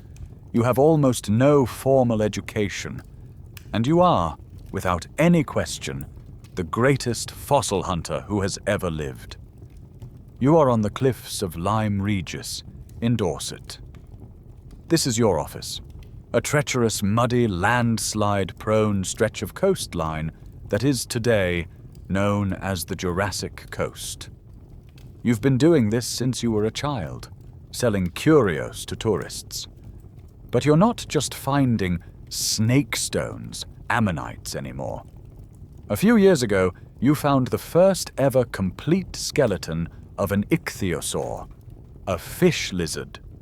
You are already a legend, though the rich male scientists in London who buy your specimens often forget to put your name on their scientific papers.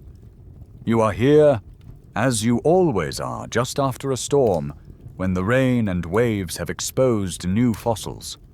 Your dog, Trey, scrambles ahead. You see it. Bones embedded in the dark, grey rock.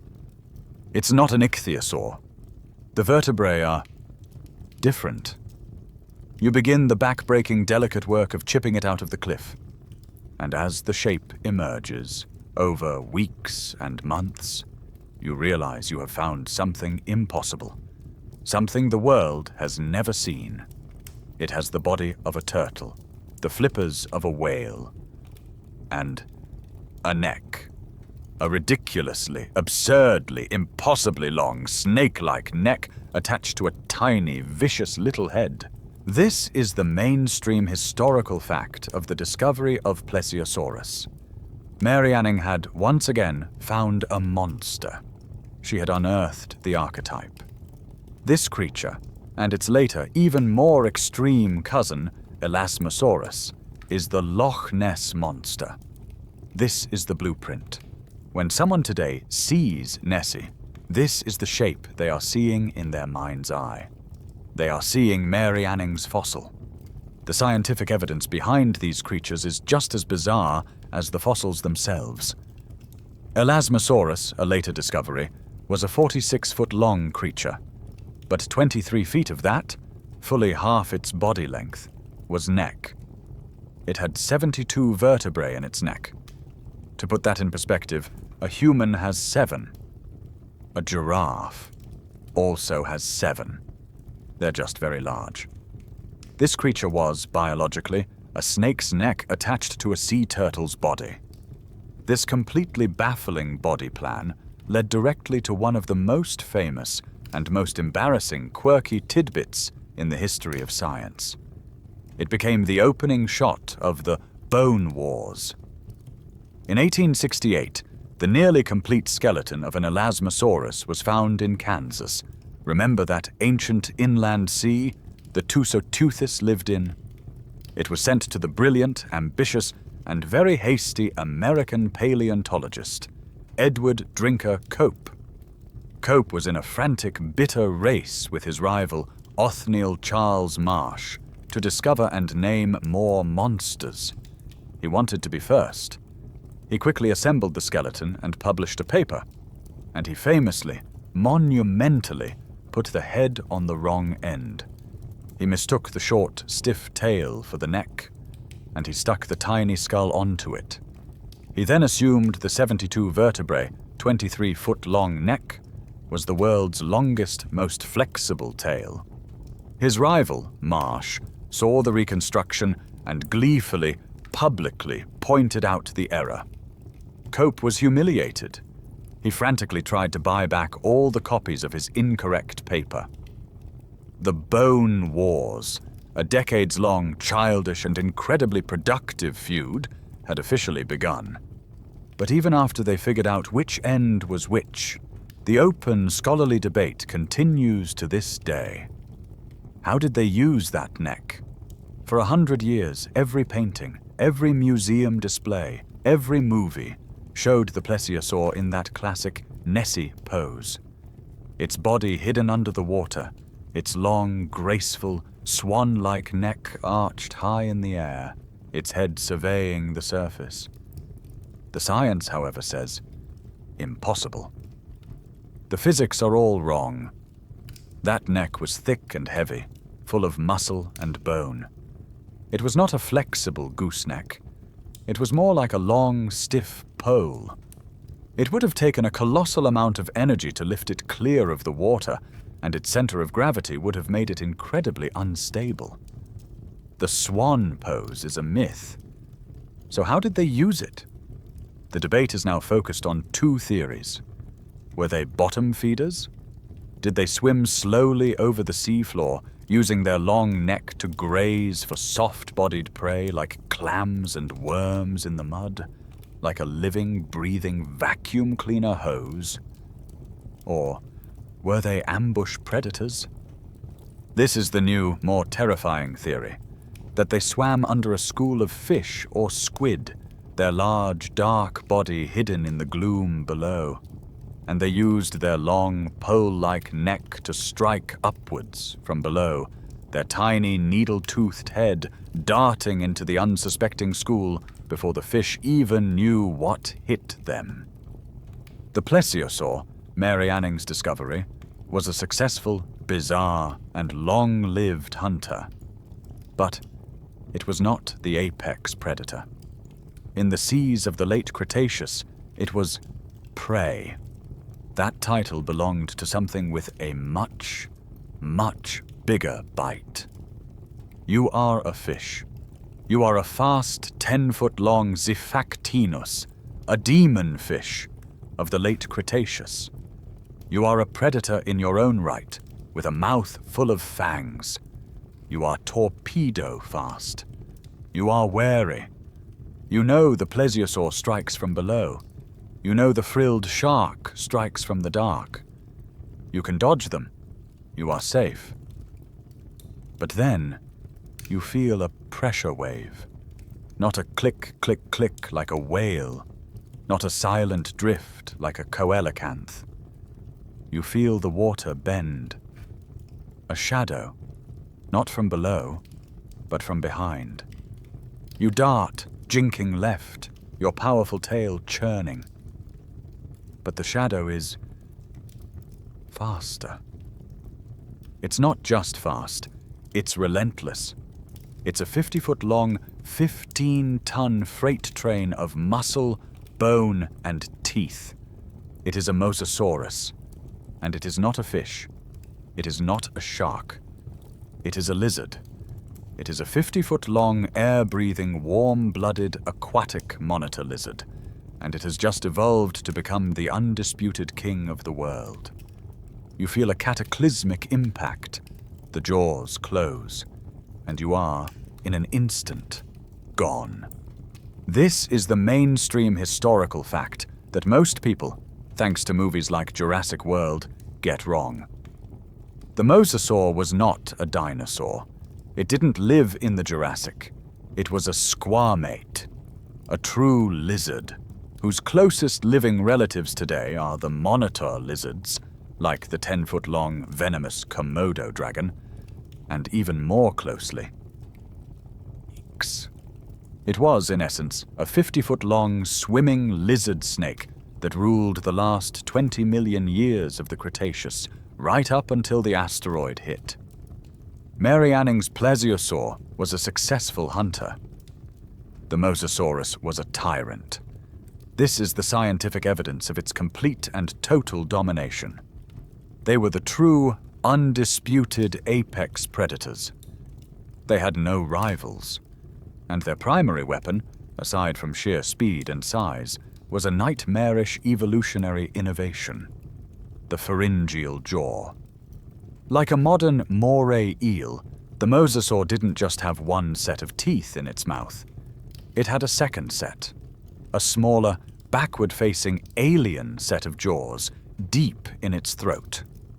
When it grabbed you, the xiphactinus, its main jaws would hold you, crushing and puncturing. And then, this second, internal jaw would lurch forward, bite down, and ratchet your struggling 10-foot-long body inch by inch down its gullet. There was no escape. It was a biological conveyor belt of death. We know this because of the quirky tidbit found in their fossilized stomach contents. Mosasaurs were not picky eaters. They were brutal. Paleontologists have found fossils of mosasaurs with the remains of everything inside them. Fish, like you. Giant, hard-shelled ammonites. Sea turtles. Sharks. Birds. And yes, even plesiosaurs. They found a mosasaur fossil with the bones of 3 different mosasaurs inside it, one of which was a different species. They were indiscriminate, cannibalistic, opportunistic killing machines. If it moved, they ate it. Their body shape, long, streamlined, powerful, with a massive shark-like tail fin, has left paleontologists with one final, fascinating, open scholarly debate. How did they hunt? Were they ambush predators, like a modern crocodile? Did they lie in wait, motionless, in the murky water, and then explode in a single devastating lunge? Or were they persistence predators, like an orca? Did they, with their air-breathing, warm-blooded engines, simply choose a target, like you, and then run it down, with relentless, terrifying, efficient speed, over miles and miles, until their prey was simply too exhausted to fight back? The evidence of their powerful, evolved tail fluke suggests the latter. They were the cheetahs, the wolves, the orcas of the Cretaceous Sea. They were the kings. And then, 66 million years ago, a 6-mile-wide rock fell out of the sky. And in a single terrible day, they were gone. The mosasaur is gone. The plesiosaur is gone. The ammonite is gone. The Tusateuthis is gone. The entire reptilian monstrous world was wiped clean. Or was it? This, of course, is the heart of the living monster myth. The bones of these creatures, Mary Anning's discoveries, the Basilosaurus fossils, the tongue stones, they are the source. They are the reason we want to believe. We have the bodies. We have the proof that a 50-foot sea lizard and a 60-foot shark did exist. Is it really so crazy to wonder if maybe, just maybe, one of them survived? You are a scientist, but you are not Mary Anning with a chisel and a muddy skirt. You are a modern 21st century scientist. You are sitting in a clean, quiet, air-conditioned lab surrounded by humming computer servers. The year is 1997. You are a hydroacoustician for NOAA, the National Oceanic and Atmospheric Administration. Your office is not a cliffside, it's a global network of underwater microphones, a top-secret array of hydrophones that were originally planted on the deep ocean floor by the US Navy during the Cold War to listen for Soviet submarines. The Cold War is over, and now you get to use this multi-billion-dollar spy network to do something cooler. You get to listen to the Earth. You are listening to whale songs, to undersea volcanoes, to the groaning of tectonic plates. You are listening to the deep. And then, one day, you hear it. Your headphones don't just play a sound. They vibrate. A low-frequency, ultra-powerful thrum. a sound that rises, peaks, and fades over the course of about a minute. You check the data. The sound was so loud, it was picked up by multiple hydrophones, thousands of miles apart, all across the Pacific. You run the analysis. You check the signature. It's not a whale. It's not a volcano. It's not a submarine. It's biological. It has the acoustic fingerprint of an animal. But that's impossible, because according to your calculations, for a sound to be that loud and travel that far, the animal that made it would have to be several times larger than a blue whale. This is the mainstream historical fact of the sound that would become a legend, the bloop. NOAA, being a government agency, quietly filed the sound away, labeled it unidentified, and moved on. But the recording and that terrifying larger than a blue whale calculation leaked. The internet, then in its youth, found it, and it exploded. This was it. This was the proof. The scientists at NOAA had found him. They had found Cthulhu. Or, if not Cthulhu, then it had to be a megalodon. A living, breathing 100-foot megalodon roaring from the deep. This is the birth of the modern myth. We no longer have 12th century Norwegian sailors telling tales of islands that sink. We have 21st century audio technicians passing around a terrifying dot-wave file. We have created a digital monster. And this is where creatures like El Gran Maya come from. This monster, which you heard mentioned in that video, it is not a myth. It has no history. It has no folklore. It is a creepypasta, a ghost story, invented on an internet forum, whole cloth, just a few years ago. The legend claims it's a 2,000-foot-long, six-eyed, whale-eating leviathan that lives in the deepest, darkest, unexplored trenches of the Arctic. It has no basis in reality, except for sounds, like the bloop. The internet needed a monster to make the sound, so it invented one. For 8 years, the bloop remained the single greatest piece of evidence that a colossal, unknown creature was living in the deep, until 2005. The scientific evidence, the solution, was finally found. Dr. Christopher Fox and his team at NOAA, with better equipment and more data, were finally able to triangulate the source of the bloop with pinpoint accuracy. It was not, as Lovecraft dreamed, in the sunken city of Relia. The origin point was deep in the Antarctic, off the coast of Bransfield Strait. And it was not an animal. It was ice. It was the sound of a massive, city-sized ice quake. A colossal iceberg carving and breaking away from the Antarctic glacier. As this miles-long, billion-ton chunk of ice tore itself from the continent, it groaned. It sang, and the sound it produced, as it cracked and scraped against the seabed, just happened to have the acoustic fingerprint of a living animal. The bloop was not the roar of a monster. It was the scream of a dying glacier.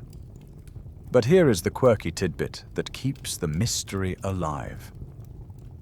The bloop is solved.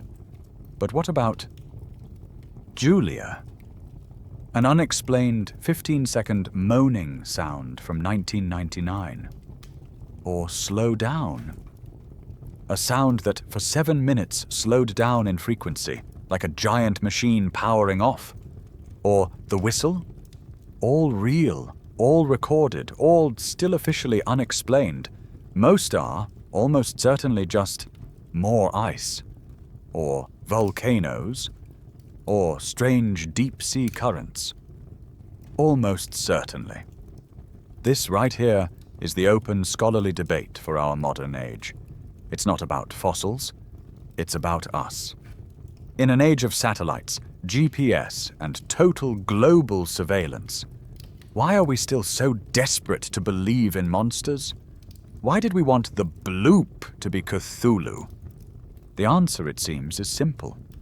The ocean is the last place left. It is the last unknown frontier on Earth. It is the one place where a 2,000-foot El Gran Marja could, in theory, still be hiding. We've mapped the moon. We've mapped Mars. But our maps of the ocean floor are less complete. The deep is our planet's final, dark, wonderful, terrifying mystery. We have solved the bloop. We have proven it was just a chunk of ice. But the place it came from, that deep, dark, crushing, freezing, 16,000 psi pressure world at the bottom of the planet, that place is still a world of monsters. You are in a submersible, a very, very different submersible. This is not the Jago puttering around the volcanic caves at 600 feet. This is a bathyscaphe, a $100 million sphere of hyper-advanced, 9-inch thick titanium designed to withstand a force that does not exist anywhere else on Earth. You are descending. You have passed the midnight zone at 1,000 meters.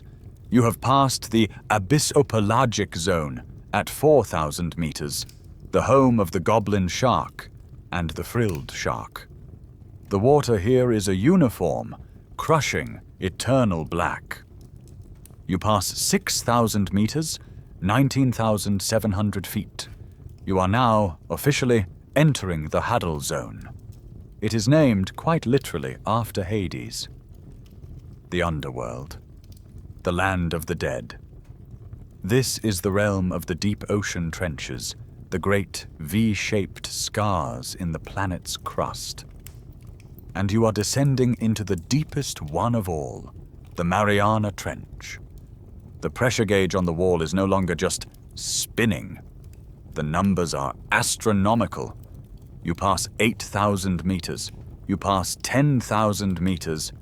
You are now deeper down than Mount Everest is up. You settle, with a soft thud, onto the silty floor of Challenger Deep. The depth, 10,935 meters. Almost 7 miles down. The pressure, outside your 9-inch thick titanium hull, is 16,000 pounds per square inch. This is not a number. It is an abstraction. It is the equivalent of 50 fully loaded jumbo jets stacked, one on top of the other, on the space of your thumb. It is a pressure so complete it will compress the molecules of water, making them denser. It is a pressure so violent it will bend the laws of biochemistry. This is the mainstream historical fact that defines this place. It is the least visited, most hostile, and most alien frontier on our planet. More people have stood on the surface of the moon, 12, than have visited this exact spot, a handful, beginning with Don Walsh and Jacques Picard, who in 1960 became the first, in a creaking, groaning bathyscaphe called the Trieste. For decades, we assumed nothing could live here. We assumed, logically, that this was a sterile, dead, pressurized void. We were, as we so often are, completely and totally wrong. You turn on your floodlights. The cone of light illuminates life. This is the scientific evidence that has, in just the last 20 years, rewritten our definition of life. The Hadal Zone is not empty. It is filled with it. You see what look like giant, pale shrimp scuttling on the bottom. These are supergiant amphipods, creatures that are 20 times larger than their shallow water cousins, and swimming gently right in front of your porthole is the apex predator. It is a small, pale, translucent, scaleless fish. It looks fragile. It looks like it's made of wet tissue paper. This is the Hadal snailfish. It is the deepest living fish ever found, a creature that has evolved not to fight the pressure, but to use it. Its bones are not bone, they are flexible cartilage. Its body has no scales, no air bladders. It is a creature of gelatin and pressure. It is the undisputed king of the underworld. Elsewhere in the Hadal zone, we've found even stranger worlds. We found the black smokers, hydrothermal vents. These are 40-foot-tall, chimney-like structures, belching a superheated, toxic black soup of sulfur and minerals into the water. The water coming out of these chimneys is 750 degrees Fahrenheit, 400 degrees Celsius, hot enough to melt lead.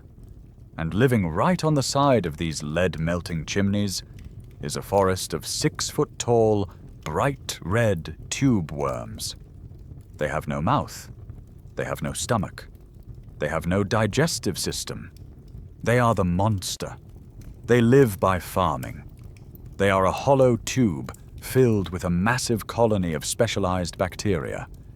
And this bacteria, in this total 750-degree toxic soup darkness, does the impossible. It performs chemosynthesis. It does not need the sun. It eats the toxic sulfur-hydrogen soup and turns that into life. This is the quirky tidbit that has completely changed the search for life in the universe. This discovery, life, thriving in total darkness at 750 degrees in a sulfur soup under 10,000 psi of pressure, is the reason we are now so obsessed with Jupiter's moon, Europa. We now know, thanks to these vents, that you do not need sunlight to have a complex, thriving ecosystem. You just need heat and water. And Europa is a giant, ice-covered ocean world with a hot, volcanic core. The first alien we find will probably look a lot like a tube worm. This, at last, is the great open scholarly debate for all of life sciences. Is there anywhere life can't exist? We keep pushing the boundaries.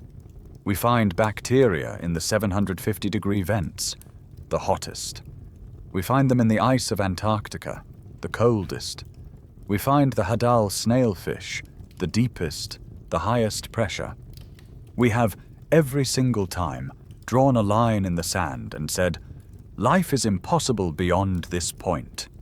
And every single time, life has already been there for millions of years, thriving.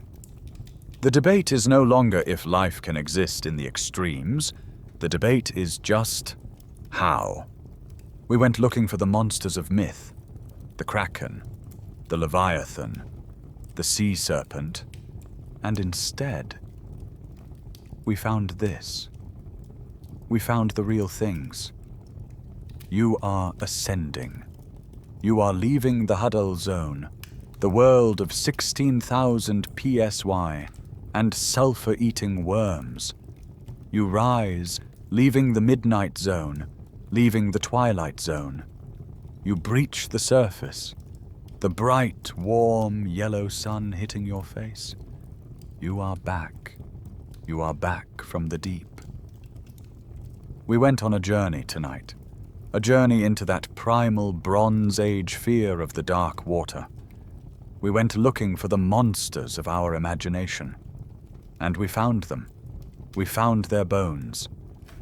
We went looking for the sea serpent, the Megaphaeus monstrosus of Gloucester.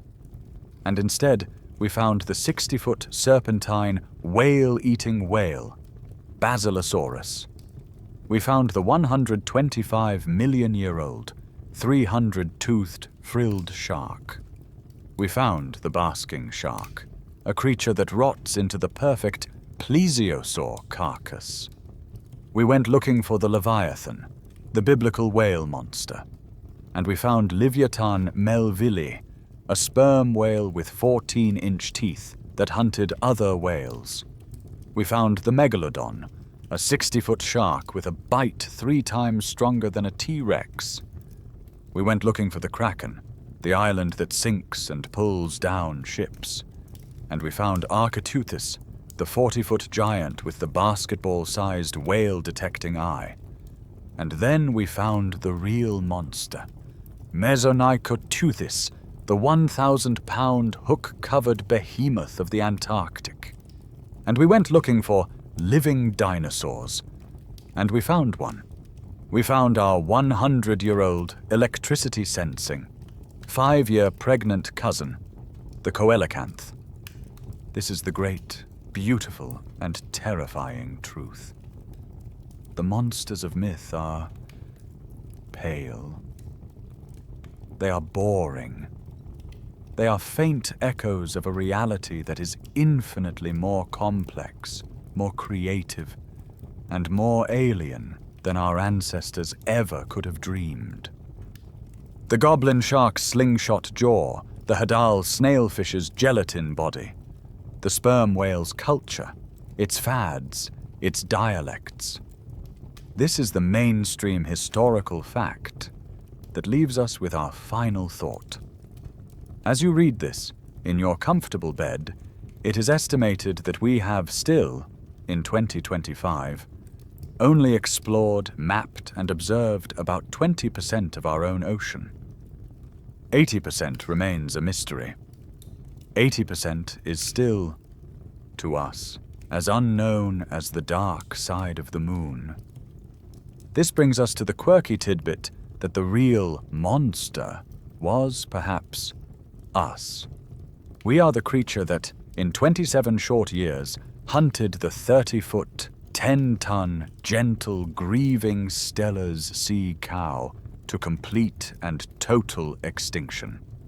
We are the ones who, in our fear and our greed, have become the most efficient monster the planet has ever seen. But the ocean is patient. This is the final, open, scholarly debate. The great question. What else is down there? In that 80%? In the trenches we haven't visited, in the deep sea canyons we haven't mapped, under the polar ice we haven't drilled? We've only just begun. The great age of discovery, the age of Basilosaurus and Plesiosaurus, is not over. It has just moved. It has moved from the sunlit cliffs of Lyme Regis to the 7-mile-deep darkness of the Hadal Zone. The monsters are real. We just finally learned where to look. And now, the lights of your submersible are dimming. The black, 750-degree smokers of the deep have faded into the distance, and the dark, silent world of the coelacanth is just drifting. You can let that deep, slow, glacial metabolism become your own. The pressure is gone. The journey is over. There is no need to hunt, no need to flee. You are just floating in a calm, quiet, and very, very old darkness. The 100-year-old fish hangs motionless in its cave, and the 1,000-pound squid rests in the abyss. And the ghosts of the great sea lizards are just bones, sleeping in the high, dry desert rock. Everything is quiet. Everything is still. The water is a warm, heavy blanket, and all the monsters, even the real ones, are just a story. A story that is now finished.